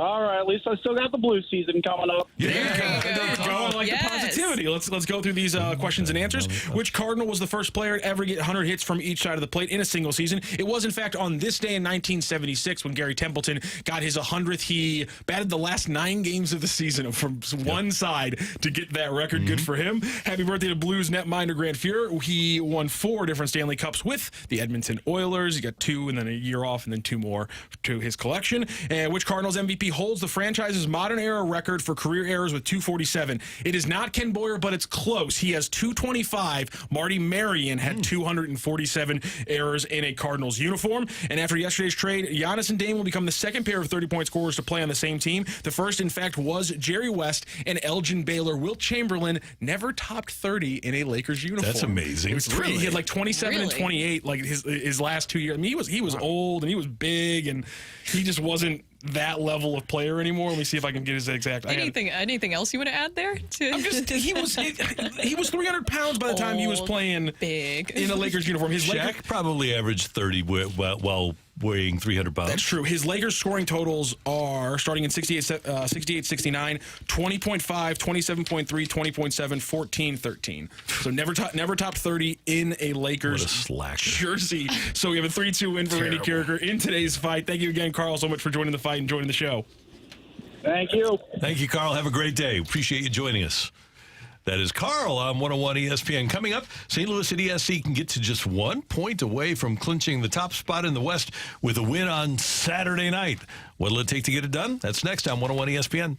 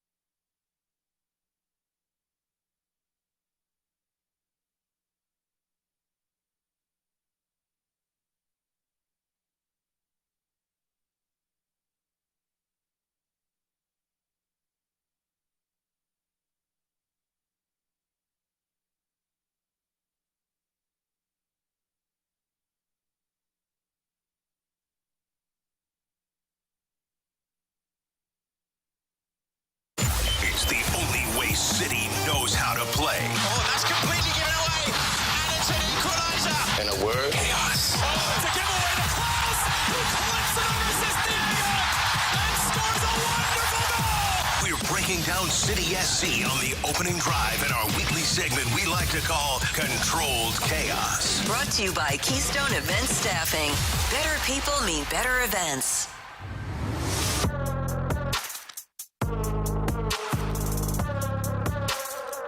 City SC taking on Sporting KC on Saturday night at City Park, and St. Louis City SC closing in on a playoff spot. Not a playoff spot, but the number one seed in the West.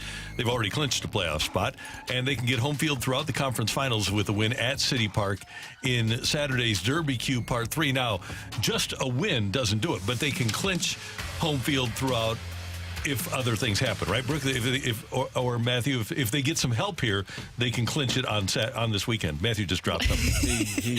Well, and that's what you were just touching on there. This win is very important, possibly over Sporting KC, because they can clinch home field in the first round of the playoffs, but there's still a lot more to play for points-wise, right, Brock? Yeah, absolutely, because if they get this, they'll be at 56 points. And just do a little math. The number 2 and 3 seeds are tied, LAFC and Seattle. They are both at 45 points with 4 to play. Quick math tells you the most they can get is 57 points. So if City wins this weekend, they're at 56, which means all they need is one more point, because they will most likely, unless things go very wrong, they will have the goal differential, which is the first tiebreaker in the MLS table. So 1 point away. If you get a win here, you guarantee yourself that first round home field advantage. And again, there's a very slight, minute chance that if Cincinnati drops all their 4 remaining games, you could technically still win the Supporters Shield and be the number 1 overall seed in the entire league. But that's minute. Right now, it's all about getting number 1 overall in the West. That gives you home field through the conference finals. And Sporting KC kind of scuffling. They've only got 38 points this year.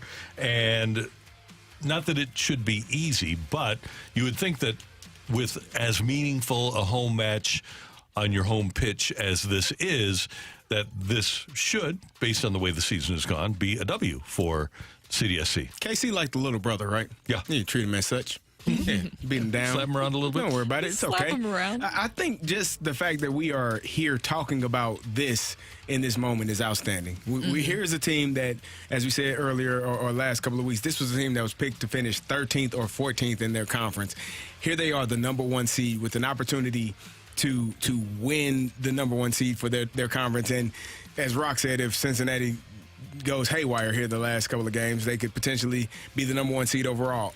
That in itself is a story to write about. It's a miraculous story. It's just something that no one could have predicted this. No one did predict this, other than I think the people in St. Louis City and on that staff, on that team, believing in themselves, believing that they had the potential to do this.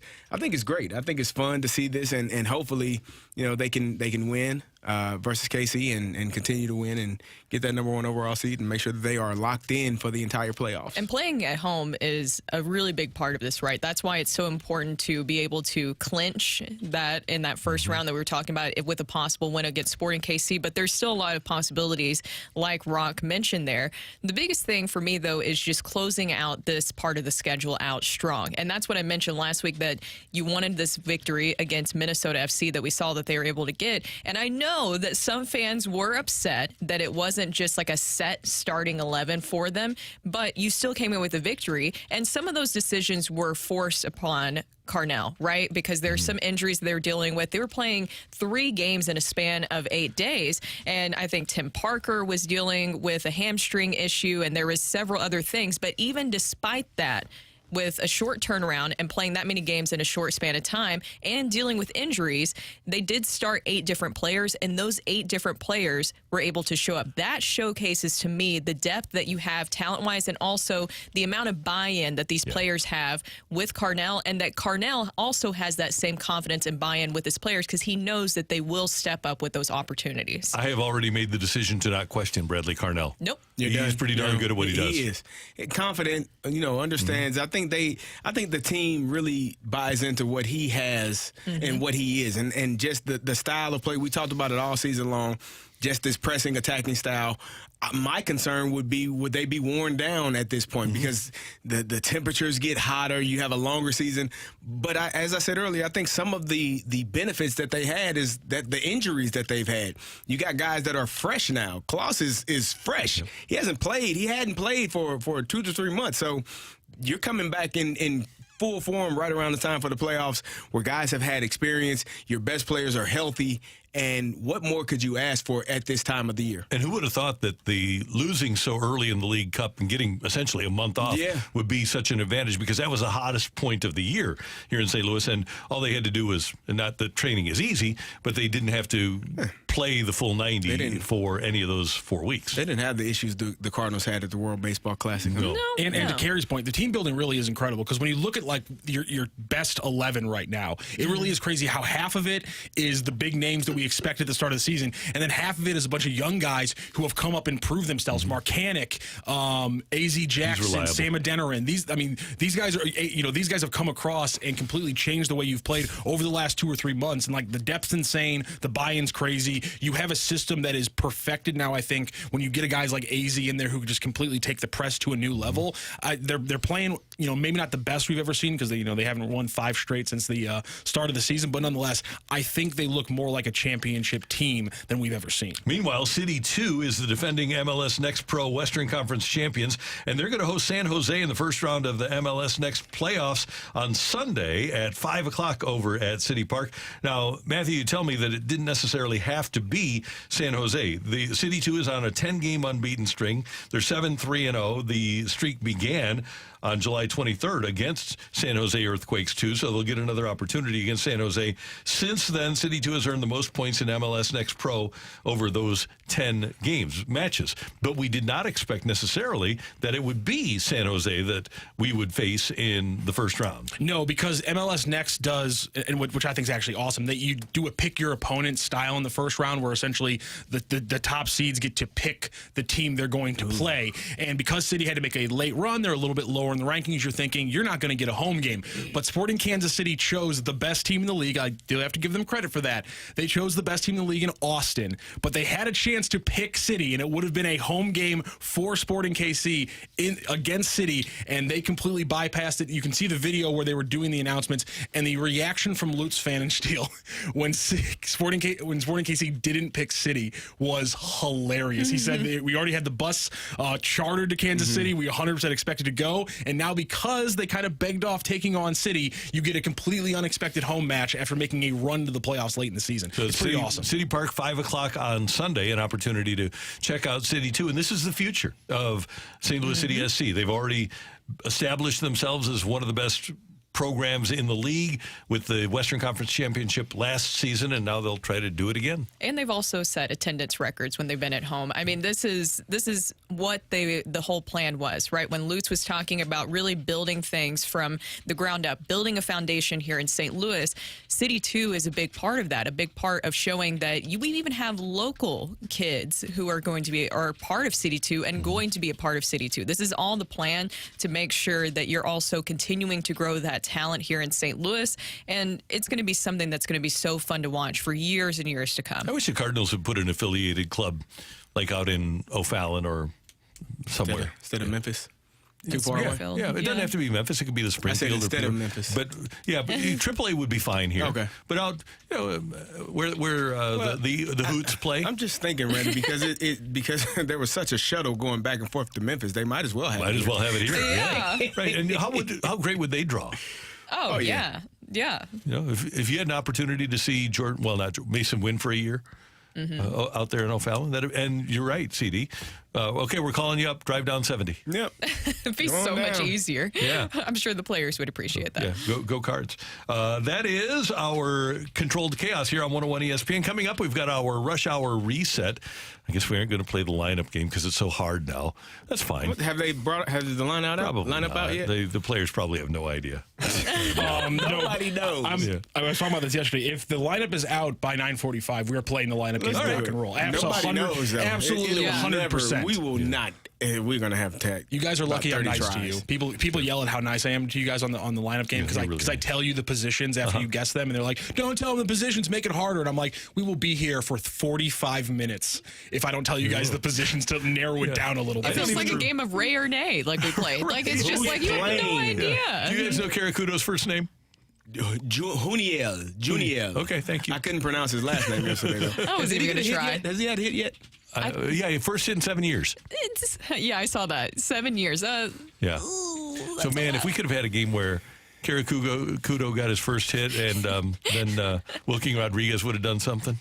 Oscar Mercado, all those guys on the field at the same cool. time. So cool. Been awesome. People getting opportunities here. I'm happy about that. No, I'm happy about that. It is fun. That means something. We've got our rush hour reset next on 101 ESPN.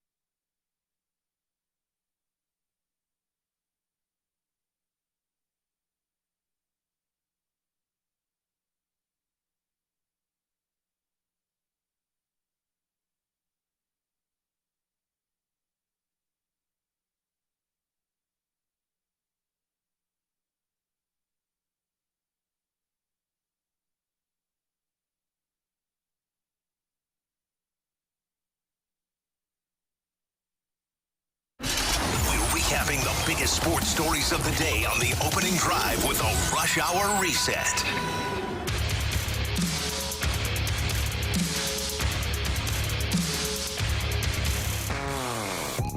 It is 9:02 in St. Louis. Your time check brought to you by Clarkson Jewelers, an officially licensed Rolex jeweler.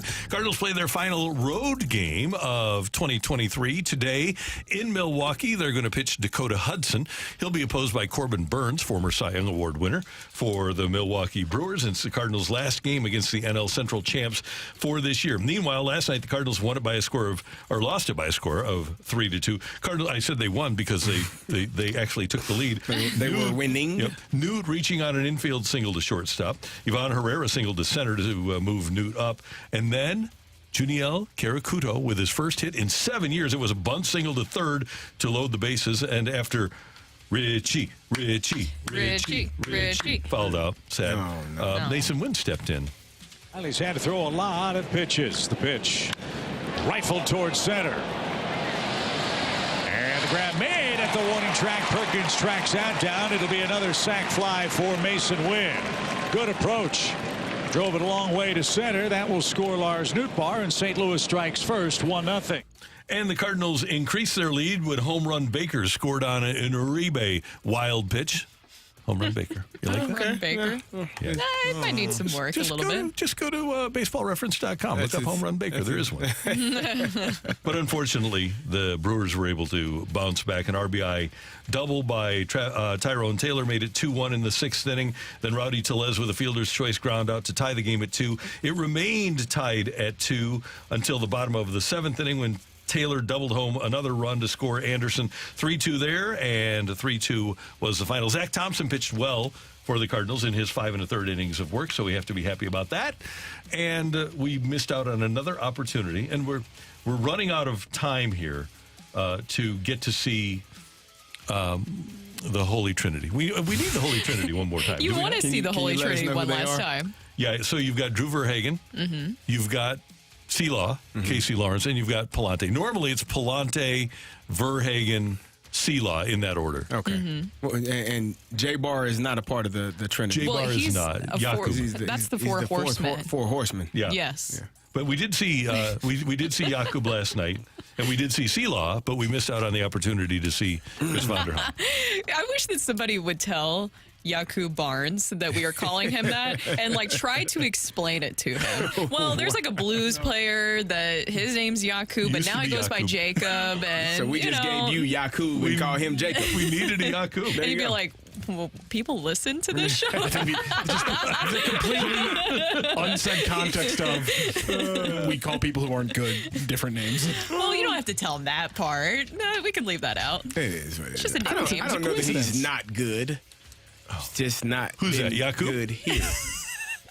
See, you can't make you can't make it to the major leagues without being good. Right. Of course. Like that rock, you can huff and puff and blow your house down all you want to. It's relative to the rest of the major leagues. Obviously, I'm not saying the guy isn't a good pitcher relative to humanity. You have to give the distinction. Well, then fine. He's not a very good pitcher for major leagues.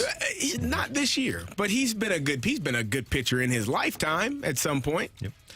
We have added some baseball to our schedule, by the way, as we head down the stretch. Tomorrow night, we've got the Diamondbacks and Astros pregame at 8 o'clock. Right now, Arizona is in the number 2 spot in the National League wild card, and they'll probably land in that number 2 spot. But at the moment, Miami and the Cubs are tied for the 3rd spot. Cincinnati will come to town tomorrow, and they'll still have an outside chance of making the playoffs. But we'll have the action for you tomorrow night between the Diamondbacks and the Astros. Not only do you have Arizona 2 up on Miami and Chicago in the National League, and I like Arizona's chances, but as Houston plays tomorrow against the Diamondbacks, they are 1.5 games ahead of Seattle for the final wild card spot in the American League, and they're a half game behind Toronto. So that will be a big game tomorrow night here on 101 ESPN. It will be. It is interesting, even though it's painful to watch the Cardinals not be involved with all the postseason excitement. It is interesting to see all the other teams right now. I'm paying attention to the Marlins, obviously, with Skip. I'm very interested to see how that all plays out for them.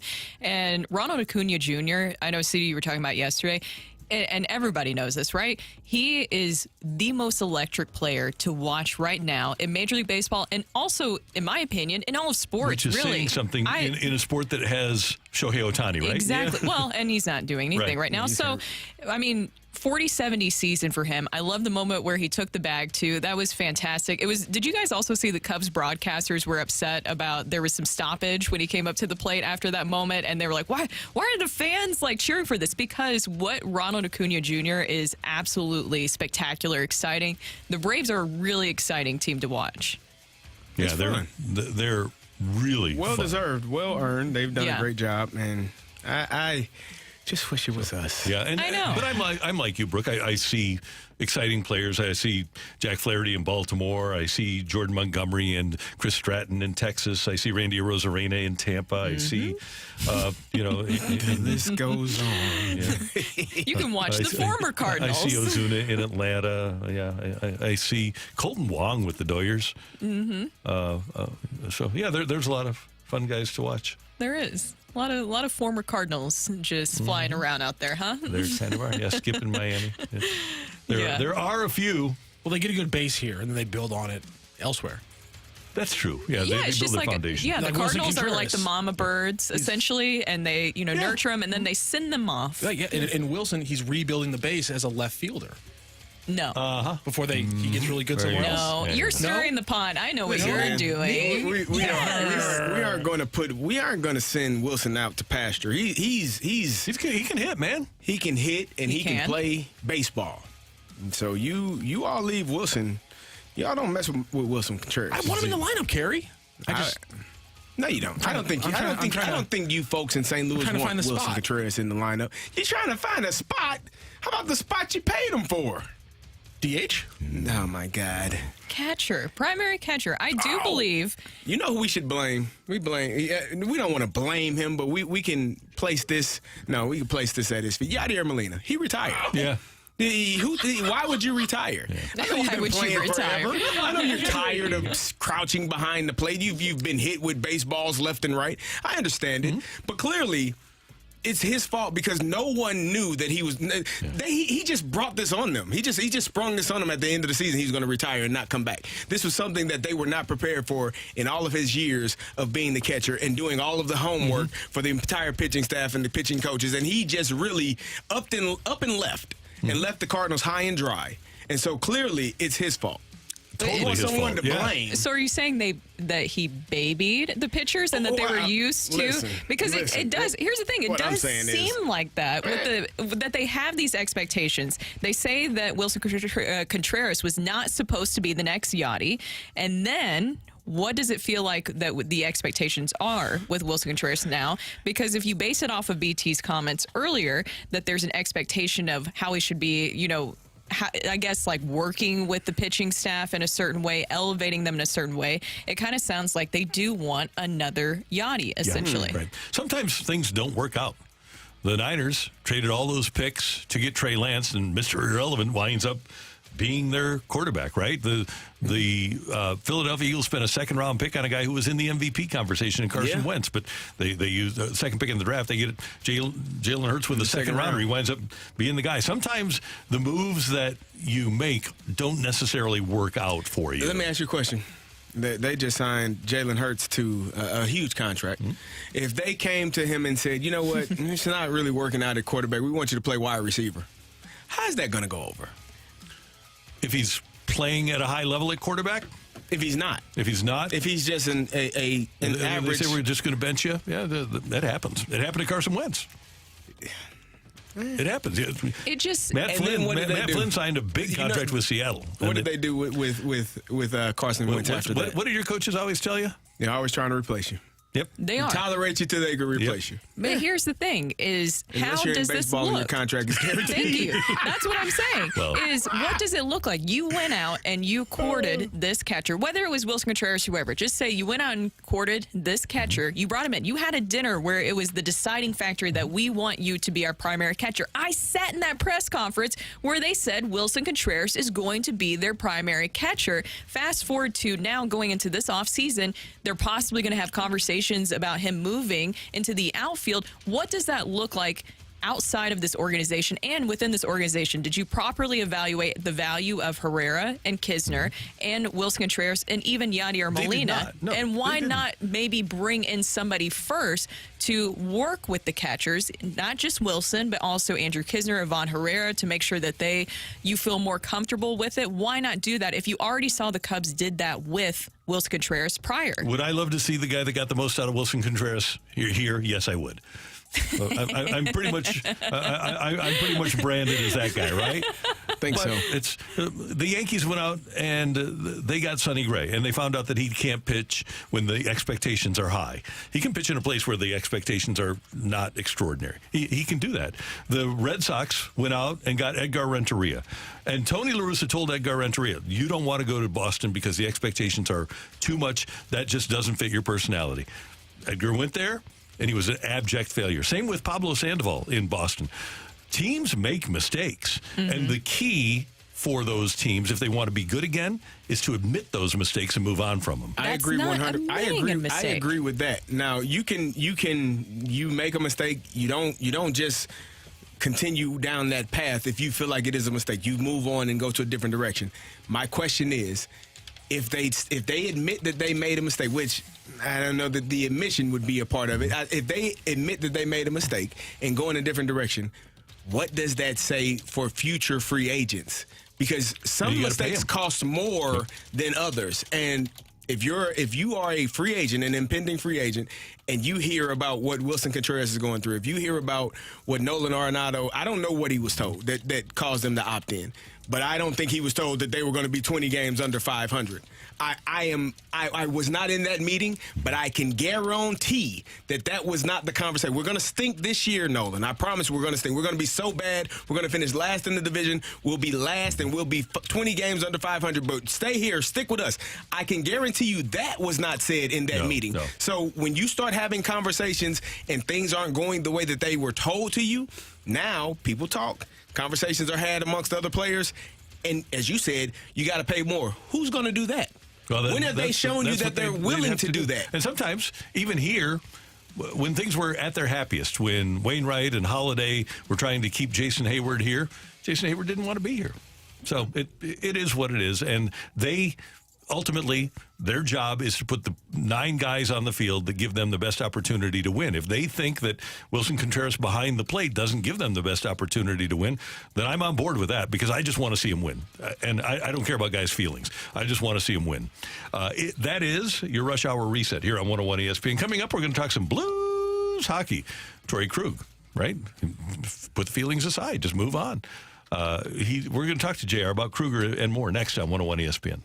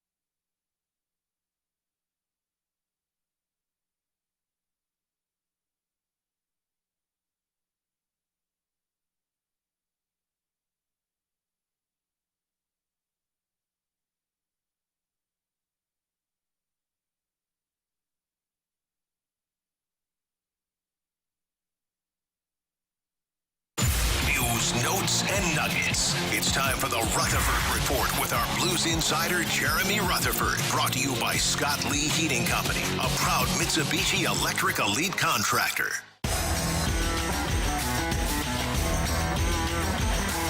Buddy, our Blues insider from The Athletic, the one, the only Jeremy Rutherford, has joined us here in studio. Great to have you with us. Hey, guys. Yeah, I don't think the hosts from the other shows are lining. So how's my favorite peeps? There you go. Hey, even if they are, don't worry about it. We know that you love us the best anyways.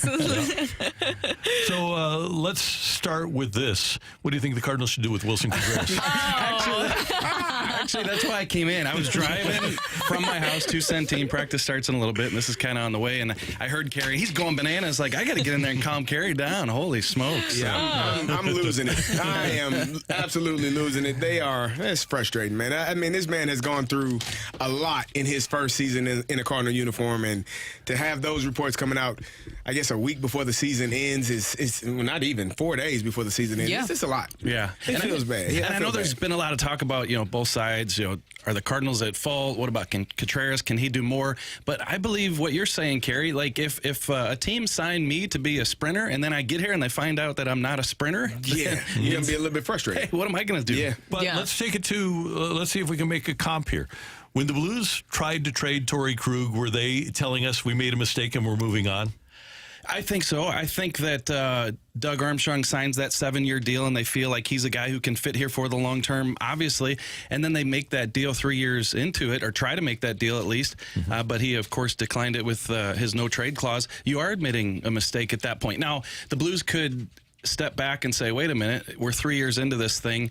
He's been banged up. He isn't the type of player that we need anymore. So things have changed since we signed that contract. I guess that could be your argument. But at the same time, you're looking at a player, Sanheim, with 8 years left on the deal, and you don't know if he's going to be the right fit, but you're willing to move Krug just to move him. Yeah. It is interesting because, also before all that happened with Krug, with the moves and stuff, you had Scott Perunovich and them re-signing him. So then it seemed like, they are going to try to move on from Torrey Krug because you see them as very similar players. Obviously, age difference, but still similar in size and all that. How do they handle this moving forward with Krug coming back here soon? Obviously, he's been out skating, and Scott Perunovich.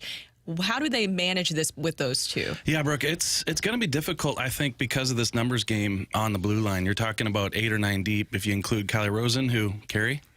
My guy should be involved. Should be involved. My guy.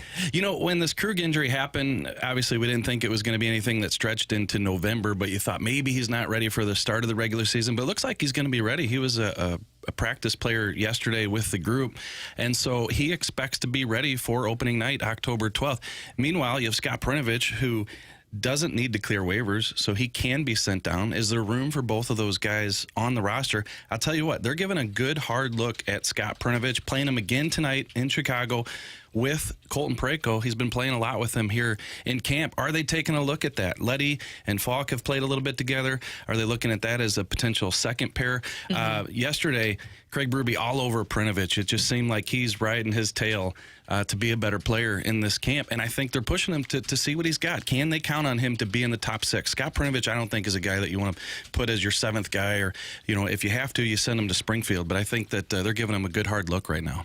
Well, and with Scott Perunovich and the Colton Parayko pairing, I think that's very interesting because I think a lot of people would say that Colton Parayko was possibly at his best when he was with Jay Bouwmeester, that size, having those two together. And there is a size difference between Colton Parayko and Scott Perunovich. Why do you think this pairing could work out possibly? Well, I think it could work because they're both guys who can skate, and also Parayko really specializes now. His role has changed. He's back in the D zone. I did that story a couple weeks ago where I listed the D zone starts for Colton Parayko, and he's right up there top in the league in terms of D zone starts. And that would allow Scott Perunovich to play his game, get up ice. Now, the one thing is, I talk about Craig Berube being all over Scott Perunovich recently here in camp, is he wants him to move the puck faster. If you're going to play that type of game and you're going to be that guy, and we're going to put you in a pairing with Colton Parayko, we need you to move the puck. And he hasn't necessarily in the preseason. He had a good game, the first game the other night, but I think as they've looked at him the last game, and then also here in the practices, move that puck quicker. That's what Craig Berube was emphasizing yesterday. Jared, what's the difference? What's going to be the difference from this season's team to last season's team? Because at the end of the year, you pretty much got a lot of the guys returning from last year's team, a couple of new additions, but what's going to be different from what you saw at the end of the season to the beginning of this season? Yeah, Carey, so off the ice, I'll start right there, and then I'll get to on the ice. Off the ice, I really feel like this has a different feel to it going into the year. Last year, you had Kyrou, Thomas signing the big contracts. You kind of heard rumblings that some veterans were upset about that, especially when Kyrou's not one of your hardest workers. Then you have the Tarasenko's got his one foot out the door. What's going to happen with Ryan O'Reilly? There was just a lot going on before you even drop the puck, and then you lose the 8 games early on in the season, and it just kind of snowballed. So I feel like that's gone, and I feel like there is a good vibe so far in camp. And then you look on the ice, and I think that you can't do much when you're handcuffed with the long-term contracts. They tried to make the Torrey Krug trade, couldn't. So on defense, you're kind of just hoping for something good to happen with this defense, and that just last year was an aberration and it's going to come together. I think up front, you're going to count on the same guys, the same top 6 guys, but you're also looking at a situation where there's a lot of guys in that prove-it mode, with Kevin Hayes, with Jacob Vrana, with Kasperi Kapanen and those guys. So, how do those situations play out? And then as I wrote the other day, those are some big bodies in the bottom 6 and the forwards. Torrey Krug said it the other day after he talked about his situation, with this summer. After that, he said, man, these bodies, this is a big forward group to go against. So there wasn't a lot they could change because of the contracts, but I think what Doug Armstrong did change, looks to be pretty promising. If Jake Neighbors can play 72 games this year, what do they expect him to be? Yeah, I was kind of surprised that Craig Berube a week or so ago kind of labeled him. He said, I see him as an identity player, which I don't disagree with. It's just that I felt he was young enough and hadn't had enough opportunity to maybe be a middle 6 player and show what he can do and play a long stretch. The past couple camps he's come in, am I going back to junior? Am I going to Springfield? What are they doing? So you get to that situation year 3 where, okay, let me prove what I can be. And Craig Berube said, for me, he's an identity player. And they've got him skating on the 4th line early in camp. So he might, I think he's in the lineup tonight going to Chicago. Maybe he gets an opportunity to play up the lineup tonight.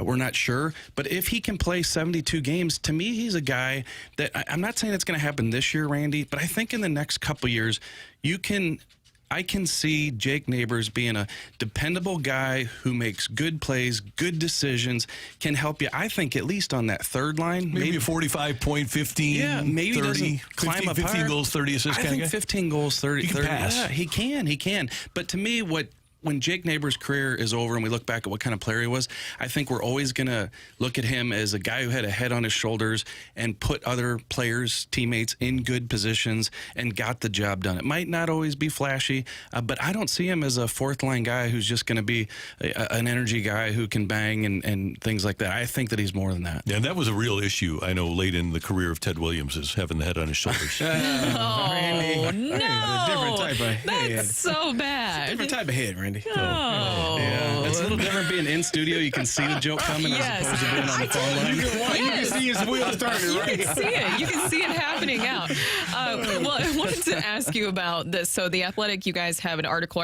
out right now. One of your colleagues, Joe Smith, talking about Pat Maroon and how he's the ultimate glue guy, just stories around the league. And we know what Pat Maroon did here in St. Louis, and he will always be a St. Louis legend. And he was a glue guy. You saw that in person. I saw it in person of how he really brought the team together and was like that piece that was needed for that Stanley Cup. Who is the glue guy that you think is the glue guy for the Blues this season, possibly? Yeah, you sit here and think about it. I think that Kevin Hayes could be that guy. I think he's just so well liked. And I don't know a ton about him yet. I'm just going by stories that you hear from his previous stops. And also talking to Matthew Tkachuk, who's related to him. He's that type of guy who likes to bring guys together. Of course, Braden Shen is, but that's kind of different tier when you talk about the captain. But yeah, I really do think that Kevin Hayes could be that guy. But I just feel like a cloud's been lifted from the locker room, and that's a combination of the things that I said earlier. And so I think that when you lose a Vladimir Tarasenko, and a lot of people were on edge when he was around, and now you bring in a Kevin Hayes, I just think that is going to put these guys in a better spot is probably going to allow them to play better hockey. So we'll see what Kevin brings on the ice, but I think in terms of bringing him into the locker room, he's already off to a good start. JR, a name that keeps getting brought up, you talked about Jake Neighbors, but a name that keeps getting brought up is Nick Ritchie. What have you seen from him and his push to make this team and maybe push someone out? Yeah, it was funny. I was watching practice yesterday, and Cam Jansen walked in, and as you guys know, as soon as he walks in, it's like a tornado, right? And he's like, how about Richie? And I say, yeah. He goes, but he's got to have that tied down. He's got to have the sweater tied down. So he gets in the fight Nick Ritchie did the other night after he had the assist. It was a bummer to see him leave after the, in the middle of the second period there. You'd have liked to see if he could continue playing the game that he was.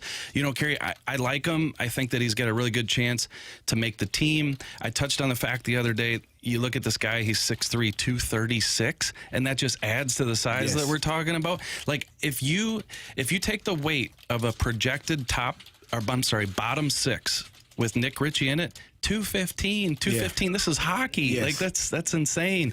And it's not that you need somebody to drop the gloves, but what Craig Berube is looking for, as you guys know, you've been talking to Rivers, that he wants them finishing their checks. He wants them playing physical. Ritchie does that. I feel like they needed more grit.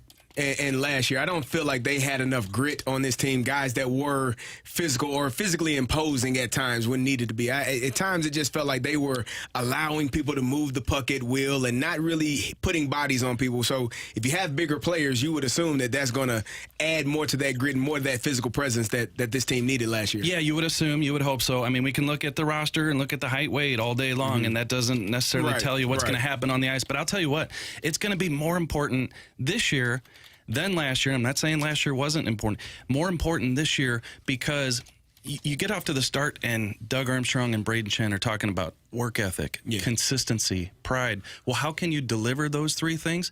Playing that way, right?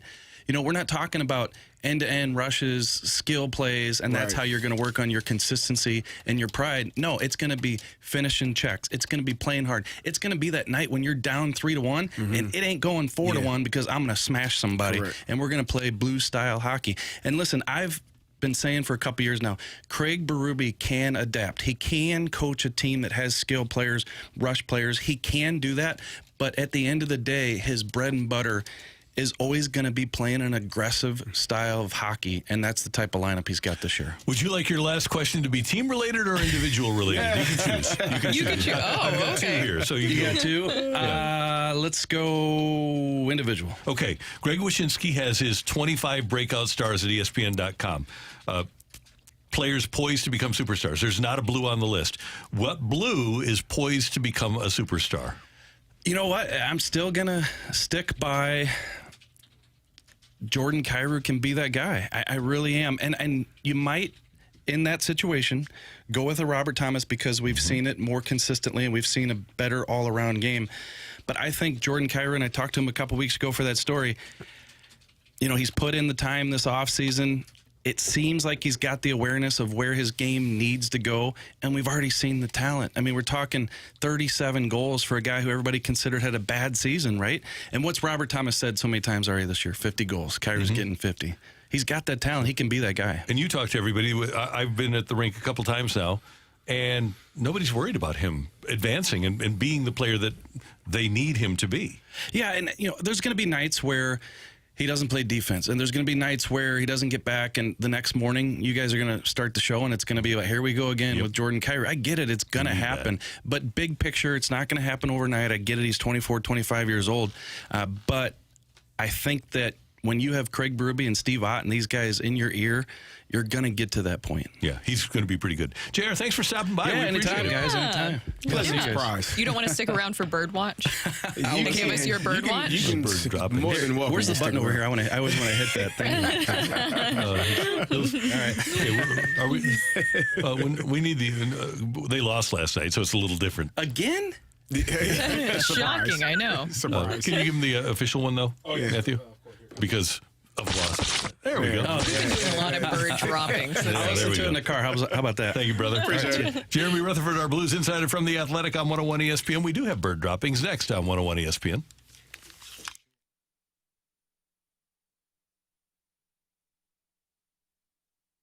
The choice of a lawyer is an important decision and should not be based solely on advertisements. STL Today, the vote is in, and there's no need for a recount.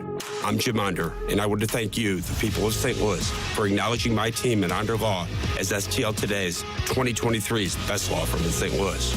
As always, we will continue our mission to hold companies accountable, change the way they do business, and make St. Louis a safer place. When you're injured, you need the best. Call Onder Law at 314 or 618-9000000. I'm Dr. TJ from the Institute of Natural Health. I'm inviting you to check out our show, Wellness 101, every Sunday at 7 a.m. right here on ESPN. On Wellness 101, we talk about how to optimize your health as well as all things health-related. We discuss how to take control of your health by being your own health advocate, and we offer practical tips for you to become the healthiest you possible. On Wellness 101, we cover topics like optimizing hormones, thyroid health, gut function, cardiovascular health, sexual health and performance, and many more. So join Aaron and me every Sunday for Wellness 101 at 7 a.m. on ESPN.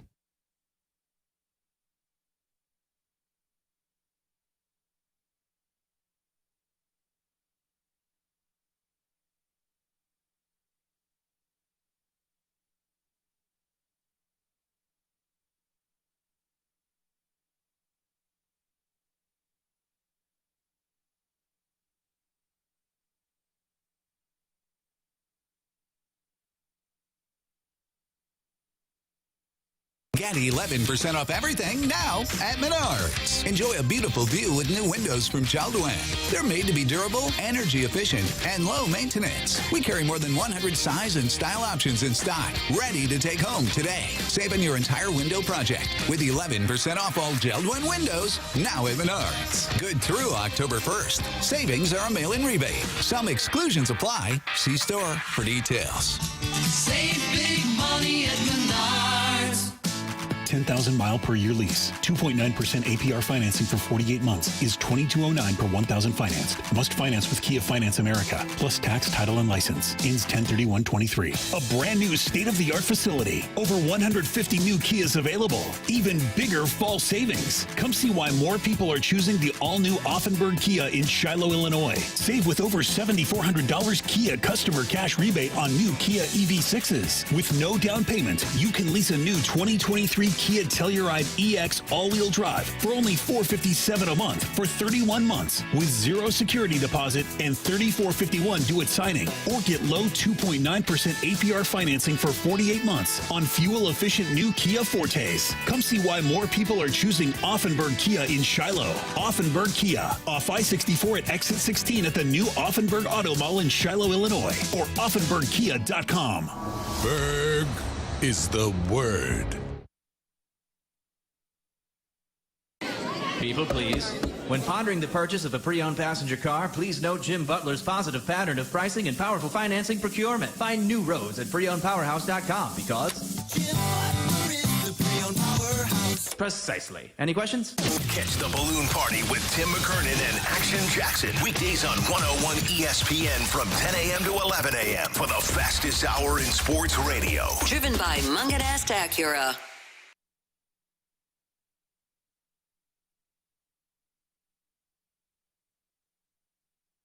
This is Rocky with your Sports Center update, driven by Johnny Londoff Chevrolet and Johnny Londoff Autoplex. The Cardinals yesterday with a 3-2 loss to the Brewers. They will play their final away game of the season today. 3:10 first pitch for the Cardinals facing off against the Brewers, and then they will head back home to face off against the Reds in their final series. Pitching matchup for tonight, Dakota Hudson, the righty, facing off against the Brewers ace Corbin Burns. Burns on the season 10-8 with a 3.46 ERA. He just needs 4 more strikeouts to hit 200 for the season. Also coming up today on 101 ESPN, it's the Blues back in preseason action facing off against the Blackhawks at 7:30 puck drop, which means you can catch the pregame right here on 101 ESPN at 6:30 p.m. That is your Sports Center update, driven by Johnny Londoff. Find your road and shop 24/7 at londoff.com and londoffautoplex.com. Are you kidding me? This is the opening drive.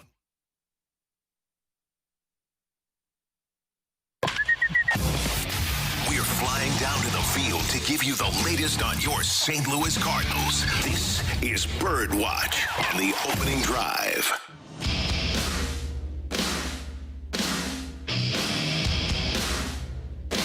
It is time for bird droppings. The Cardinals 20 games under 500, so today we'll call them bird droppings. They're 19 games out of the lead in the division, by the way. Mathematically eliminated. Mathematically eliminated from finishing in fourth. mathematically eliminated from finishing in fourth. Yeah, so that means like they're that. destined to finish in last. I like that. That's a good way to reframe it. Listen, that is the most positive spin I've ever heard on finishing dead last in my entire life. That was amazing how you did that. You sure you don't want to do politics? I don't want to do politics. Okay. No. I mean, the spin was. Thank you. That was beautiful. Wonderful. Well done. Thank you. that. Appreciate that. Pretty good. All right, so do we need a bird dropping then? Of course we For do. yours No. or? Well, I'll go You going last. first? You all right. Okay, I'll go. You going? I'll go ahead and go. Mine though, sadly, is a bird watch. But here's the thing. It's because this player deserves credit because this happened the other day. And you know, I've been a big fan of Thomas Ajayci this entire season. How about that? Thomas Ajayci, I don't know if you guys saw this. A huge congratulations to him. The other day, he became just the 5th player in team history to win the Texas League MVP award. So congratulations to Thomas Ajayci. How about that? And this has really been one of the best offensive seasons in all of minor league baseball for Thomas Ajayci. And so I just want to give credit to him. And it's been fantastic. That was a great pickup to get in all this. I'm interested to see when he gets into that conversation of spring training where he could possibly maybe see himself as a part of the Cardinals. I mean, there's a million other long jams, right? Why not just add Thomas Ajayci to the mix? You're not going to like what I have to say then. What? Because that's wonderful. And now what can we get for him in return? Oh, no. Where is he going to play? They'll find. They're going to move. in the outfield. They got Tommy Edman at second base. They got Mason Wynn. You got Brendan Donovan coming back. You got Nolan Gorman that plays the infield. Where? They're going to move somebody around this offseason, possibly. Someone and you else? never know. I'm talking about a player in the infield currently. Oh. You're going to have to move somebody in order to get a starting pitcher. Yeah. So they're going to move some guys around. Also, John Mozeliak also comped Thomas Ajayci as being like a Brendan Donovan when it came to versatility in the infield. So injuries happen, things happen. Brendan Donovan already? Yeah, you do have a Brendan Donovan. That's what I mean. And so who wouldn't want more Brendan Donovans? One Brendan Donovan is not enough, right? So you got to have a lot more. So just wanted to give credit to him for being the Texas League MVP. That is very fantastic. Good. No, honestly, that is awesome. It is. Very good for him. Very good for the Cardinals. Hopefully we see him where he next fits year. into the puzzle. If he does. So we were talking earlier about Willson Contreras, and Brad Thompson spoke about the future potentially of Willson Contreras. I think that they're going to have those conversations with Wilson again after the season of, hey, would you be willing to play a corner and DH?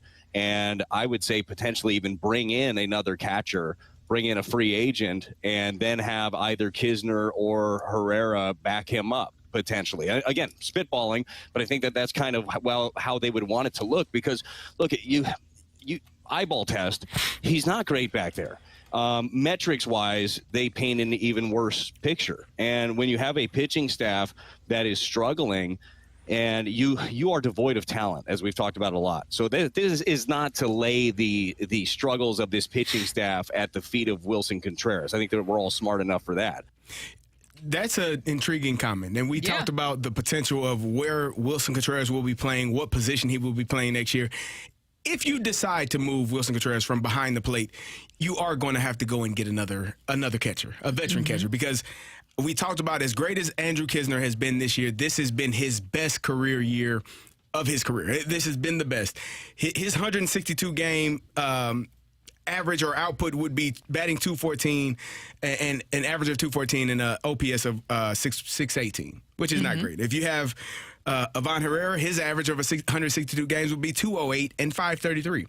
Not great. Now, maybe they can give you something behind the plate, but I thought we signed Willson Contreras because of what he could give you at the plate. And they said that. And that's what they told us. So this offseason, I said it yesterday, I will say it again today, is going to be, in my most recent memory, one of the most important off seasons for the St. Louis Cardinals that I can recall. I don't recall a moment where they had so many things that they had to fix and get right. Right now, you have 4 players, Nolan Arenado, Paul Goldschmidt, Mason Wynn, and Jordan Walker, that you know probably with about 90-95% certainty that they are going to be in their positions. Everyone else, I think, is up for grabs. You got a second baseman that's hurt. You got a DH that's hurt. Left field, center field, I don't know. I think Newt is there, but who knows? it's going to be a lot of moving parts for this offseason, and they have to get the pitching staff correct. I'm just looking forward to seeing what happens come the offseason.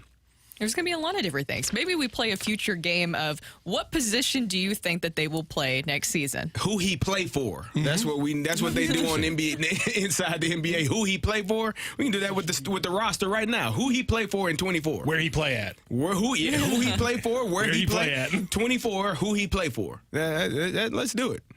All right, guys. I'm sunshine lollipops today. I'm happy. I like how nice the Cardinals are. Oh, I know where this is going. Juniel Carasudo played in a game in 2016. Didn't play in a major league game in 17, 18, 19, 20, 21, 22. Back in 23. Give him a chance. Drew Verhagen played in a major league game in 2019. Didn't in 20 or 21. Came back in 22. Cardinals gave him a chance. Sealaw played in a game in 2018. Didn't in 19, 20, or 21. 6 games for Toronto, and then he's here in St. Louis getting regular time. Pitched in a dozen games. Andrew Suarez pitched a game in 2020 in the big leagues, missed 21-22, and then in 23, back with the Cardinals. Barnesy, in the last 13 months, Jakub has been released by the Tigers, the Yankees, the Rangers, and the Phillies. Released by all 4 of those teams in the last 13 months. But the Cardinals give him a chance. I love the fact that the Cardinals are a second chance operation. And whether you've been away for a while or maybe you just haven't had the good fortune of having been released 4 times in the last year, the Cardinals are giving you an opportunity. And I really am appreciative of how nice the baseball side of the Cardinal organization is. Giving guys opportunities. And then we didn't even get the opportunity from Wilking Rodriguez, who was going to be a key part of our bullpen. I think when I was wanting to see players given opportunities, I was thinking like younger players that maybe could factor into things for next season. Not Jakub Barnes, who is 33 years old. It's a little bit different of approach than what I was expecting about giving people opportunities. Miss Taylor Motter, of course. I mean, he got a lot of opportunities this season. Wilking was going to be the key because he hasn't played since 2014 at the major league level at 33 years old. So I'm just you get seasoned once you hit 30. Yeah, you're missing the most important part of that. 30 is the age where you're seasoned just perfectly and prompted and ready to go. By the way, Taylor Motter. Like a nice brisket. Yeah. Show favorite Taylor overnight. Yeah. Taylor Motter, 16 games in 2018. 19 and 20. Had stuff going on. What was he busy doing? I don't know, but he wasn't in the major leagues.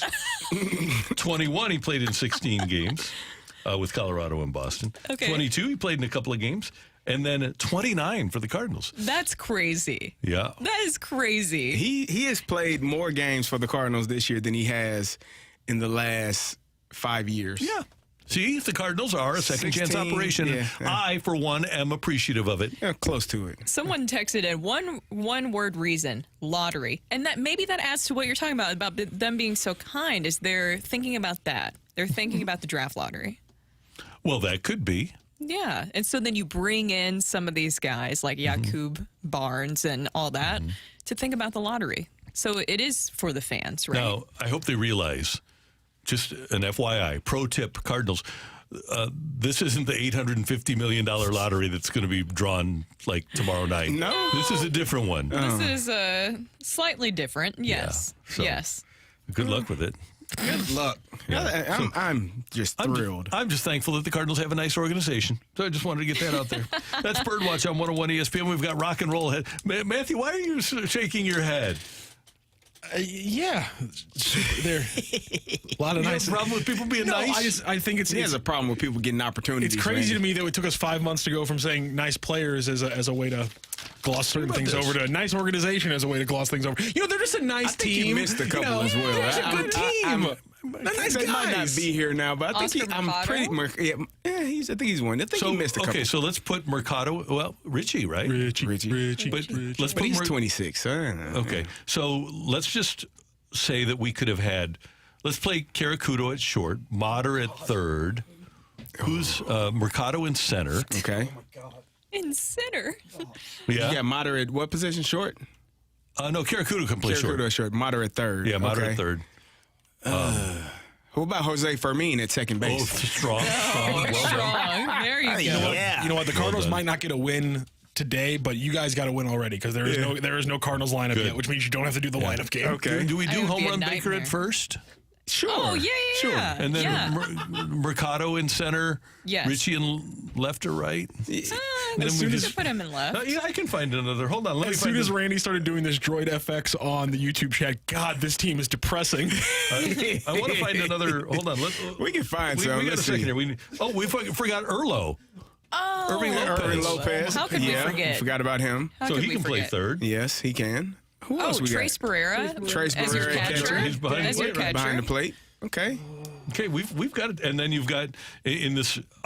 You could start. Do we put Juan Yepes in right field? There's nothing wrong with that. Okay. And then, like, with the pitching and bullpen. Chris Vanderhaas starts. Yeah. Okay. Palante is your closer. What about Yakub though? Silas is long reliever. Okay. Suarez lefty. You guys are forgetting the obvious move here. At left field, you Frankenstein together the working parts of Dylan Carlson and Tyler O'Neill to make one full left fielder. Okay. He'd be good. I like that. Somebody said I like the term junk collectors better. It reminds me, too, with some of the players they brought in, like Antiques Roadshow, right? But they haven't maybe exactly struck gold with certain ones. Unfortunately. Or all of them. No. Not been great. Well, anyway, I love the second chances. The players are given opportunities. Hell of a lineup. All right, rock and roll next on 101 ESPN.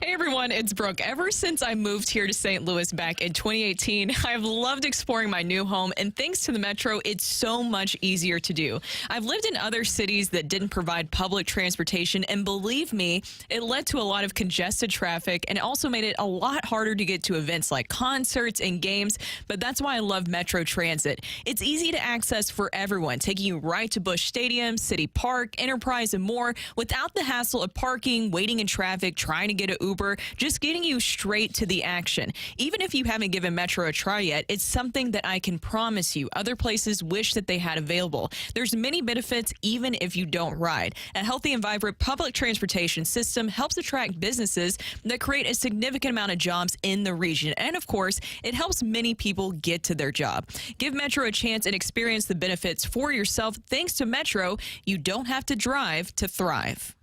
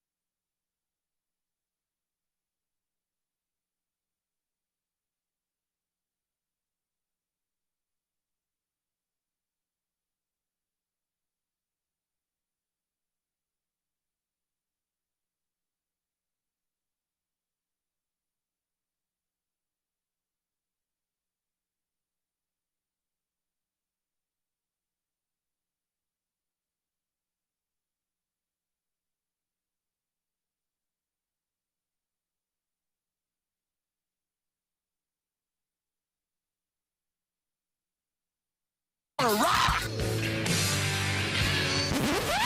And roll.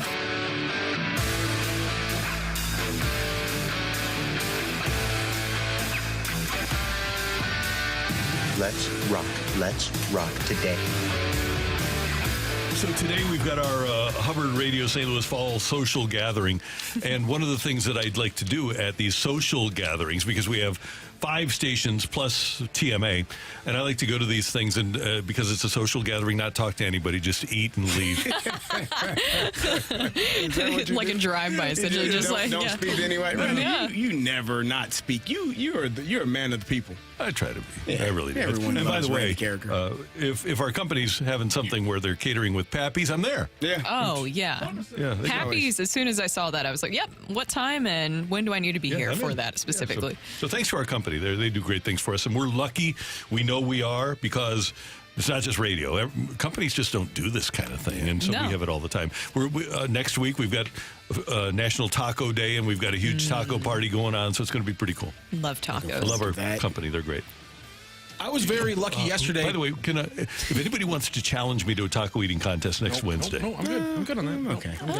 I'll take your word for it. Maybe, but I'm still, almost stepped trying to in get wedding ready, so I don't know if exactly that's the best thing. Totally understand. Are they going to be soft shell or hard Soft shell. Come on, we're men Soft here. shell. I didn't know. What type of what? We don't control the tacos being brought here on Wednesday, so I'm just saying which one's it going to be. If it's hard shell, then you know what, Randy, I'll take you on. What do you think, Brooke? I do like soft shell tacos. But can it be a real contest? If So I it's like soft soft if shell it's tacos, too. yes. Yeah, me too. But I'm just saying, like, Yes. contest. No, it needs to be. Would Joey Chestnut do a contest with soft shell tacos? No. Thank you. Also, I just feel like I just feel like personally, I get more full when I eat the flour tortilla, like soft ones instead of like the crunchy ones. And Yeah. like, that's my thing is like, I'll lose if it's flour tortillas, soft shell. But if it's hard shell You'll lose. tacos, If you're against me, I'm going to lose too, but it won't be as bad. I'm gonna be the judge here. I want to see it. I like this. Carey, I want to get your thoughts. I was lucky enough to jump in with BK and Ferrario when the news broke heard. yesterday. Damian Lillard to the Bucks with Giannis. We haven't got a chance to talk about it. Your thoughts on the trade? I think it's, for the whole offseason, all they talked about was him going to Miami. That was the only place he wanted to go. For the Milwaukee Bucks to make this decision to get things right for their star player, trying their best to bring in another star to go alongside of Giannis, I thought that was a great deal for them. And you have to assume that Giannis is going to be there for a lifer. He's a lifer there. I think he's going to re-sign a huge contract in the near future. And I'm just excited now because Dame Lillard getting out of Portland, he did a fantastic job there, but only could do so much. They let C.J. McCollum leave. Like, that was his 1B while he was there. And so now he has another guy that he can play with. This is going to be the best player he's ever played with. And so I'm excited to see what it looks like. One of my favorite NBA commentators, Nikias Duncan, tweeted out, he goes, Dame's going to see Brooke Lopez contest 2 shots in 1 possession and start crying. Because they would let up 130 points per game, like by pace-adjusted stats. It was ridiculous how bad the defense was in the Trailblazers. I love that, and I do also love things getting figured out in Phoenix. You get Ayton out, you bring in Nurkic to still be that big body in the middle. I'm really interested to see how that works now with Phoenix. What does Ayton become if he's a focal point? Can Ayton be any good at all? I don't know. I thought it was weird how the playoffs played out. Was it last year or 2 years ago when he 2 years ago just wasn't? This is the finals, correct? He just he and kind Monty didn't get along. How do you? In the finals. In the finals, we can settle. We can fight. We can literally fight after the finals is over if that's what we need to do. But for this time, you don't get many opportunities to play in a championship, to have a chance to win a championship. You got to put all those things aside. And I thought that was strange how that played out. Wasn't surprised that they didn't win because of what was going on. But I don't know what DeAndre Ayton is going to be for the future. But I'm with you, Matthew. The depth that Phoenix acquired, they needed depth after making the trades for Bradley Beal and then having to give up so much. So it'll be interesting to see what they're capable of in that conference is going to be wild. Yeah, it's going to be a lot of fun. Thank you, Matthew. Pleasure. It's our producer and audio engineer, Matthew Rocchio. Brooke, so I totally understand that you don't want to challenge me in It's a great excuse. I mean, It's a great excuse. I feel like I could is the thing, and I don't know if I should. No, you shouldn't. Yeah, I would love to see it. You three can do it. I'll be the judge. I love eating. Brooke So. might be sneaky. You might put yourself in a position you can't. I am competitive. I do want to do it. National Taco Day next Wednesday, CD. Show us your face. We want to see your face. Who said that? You want to see my face? Hey, T-Mac and Ajax coming up with a balloon party next. We thank you for tuning in, texting in, and being a part of the show for all of us. Until tomorrow morning at 7, have a great Friday Eve, everyone. That's right.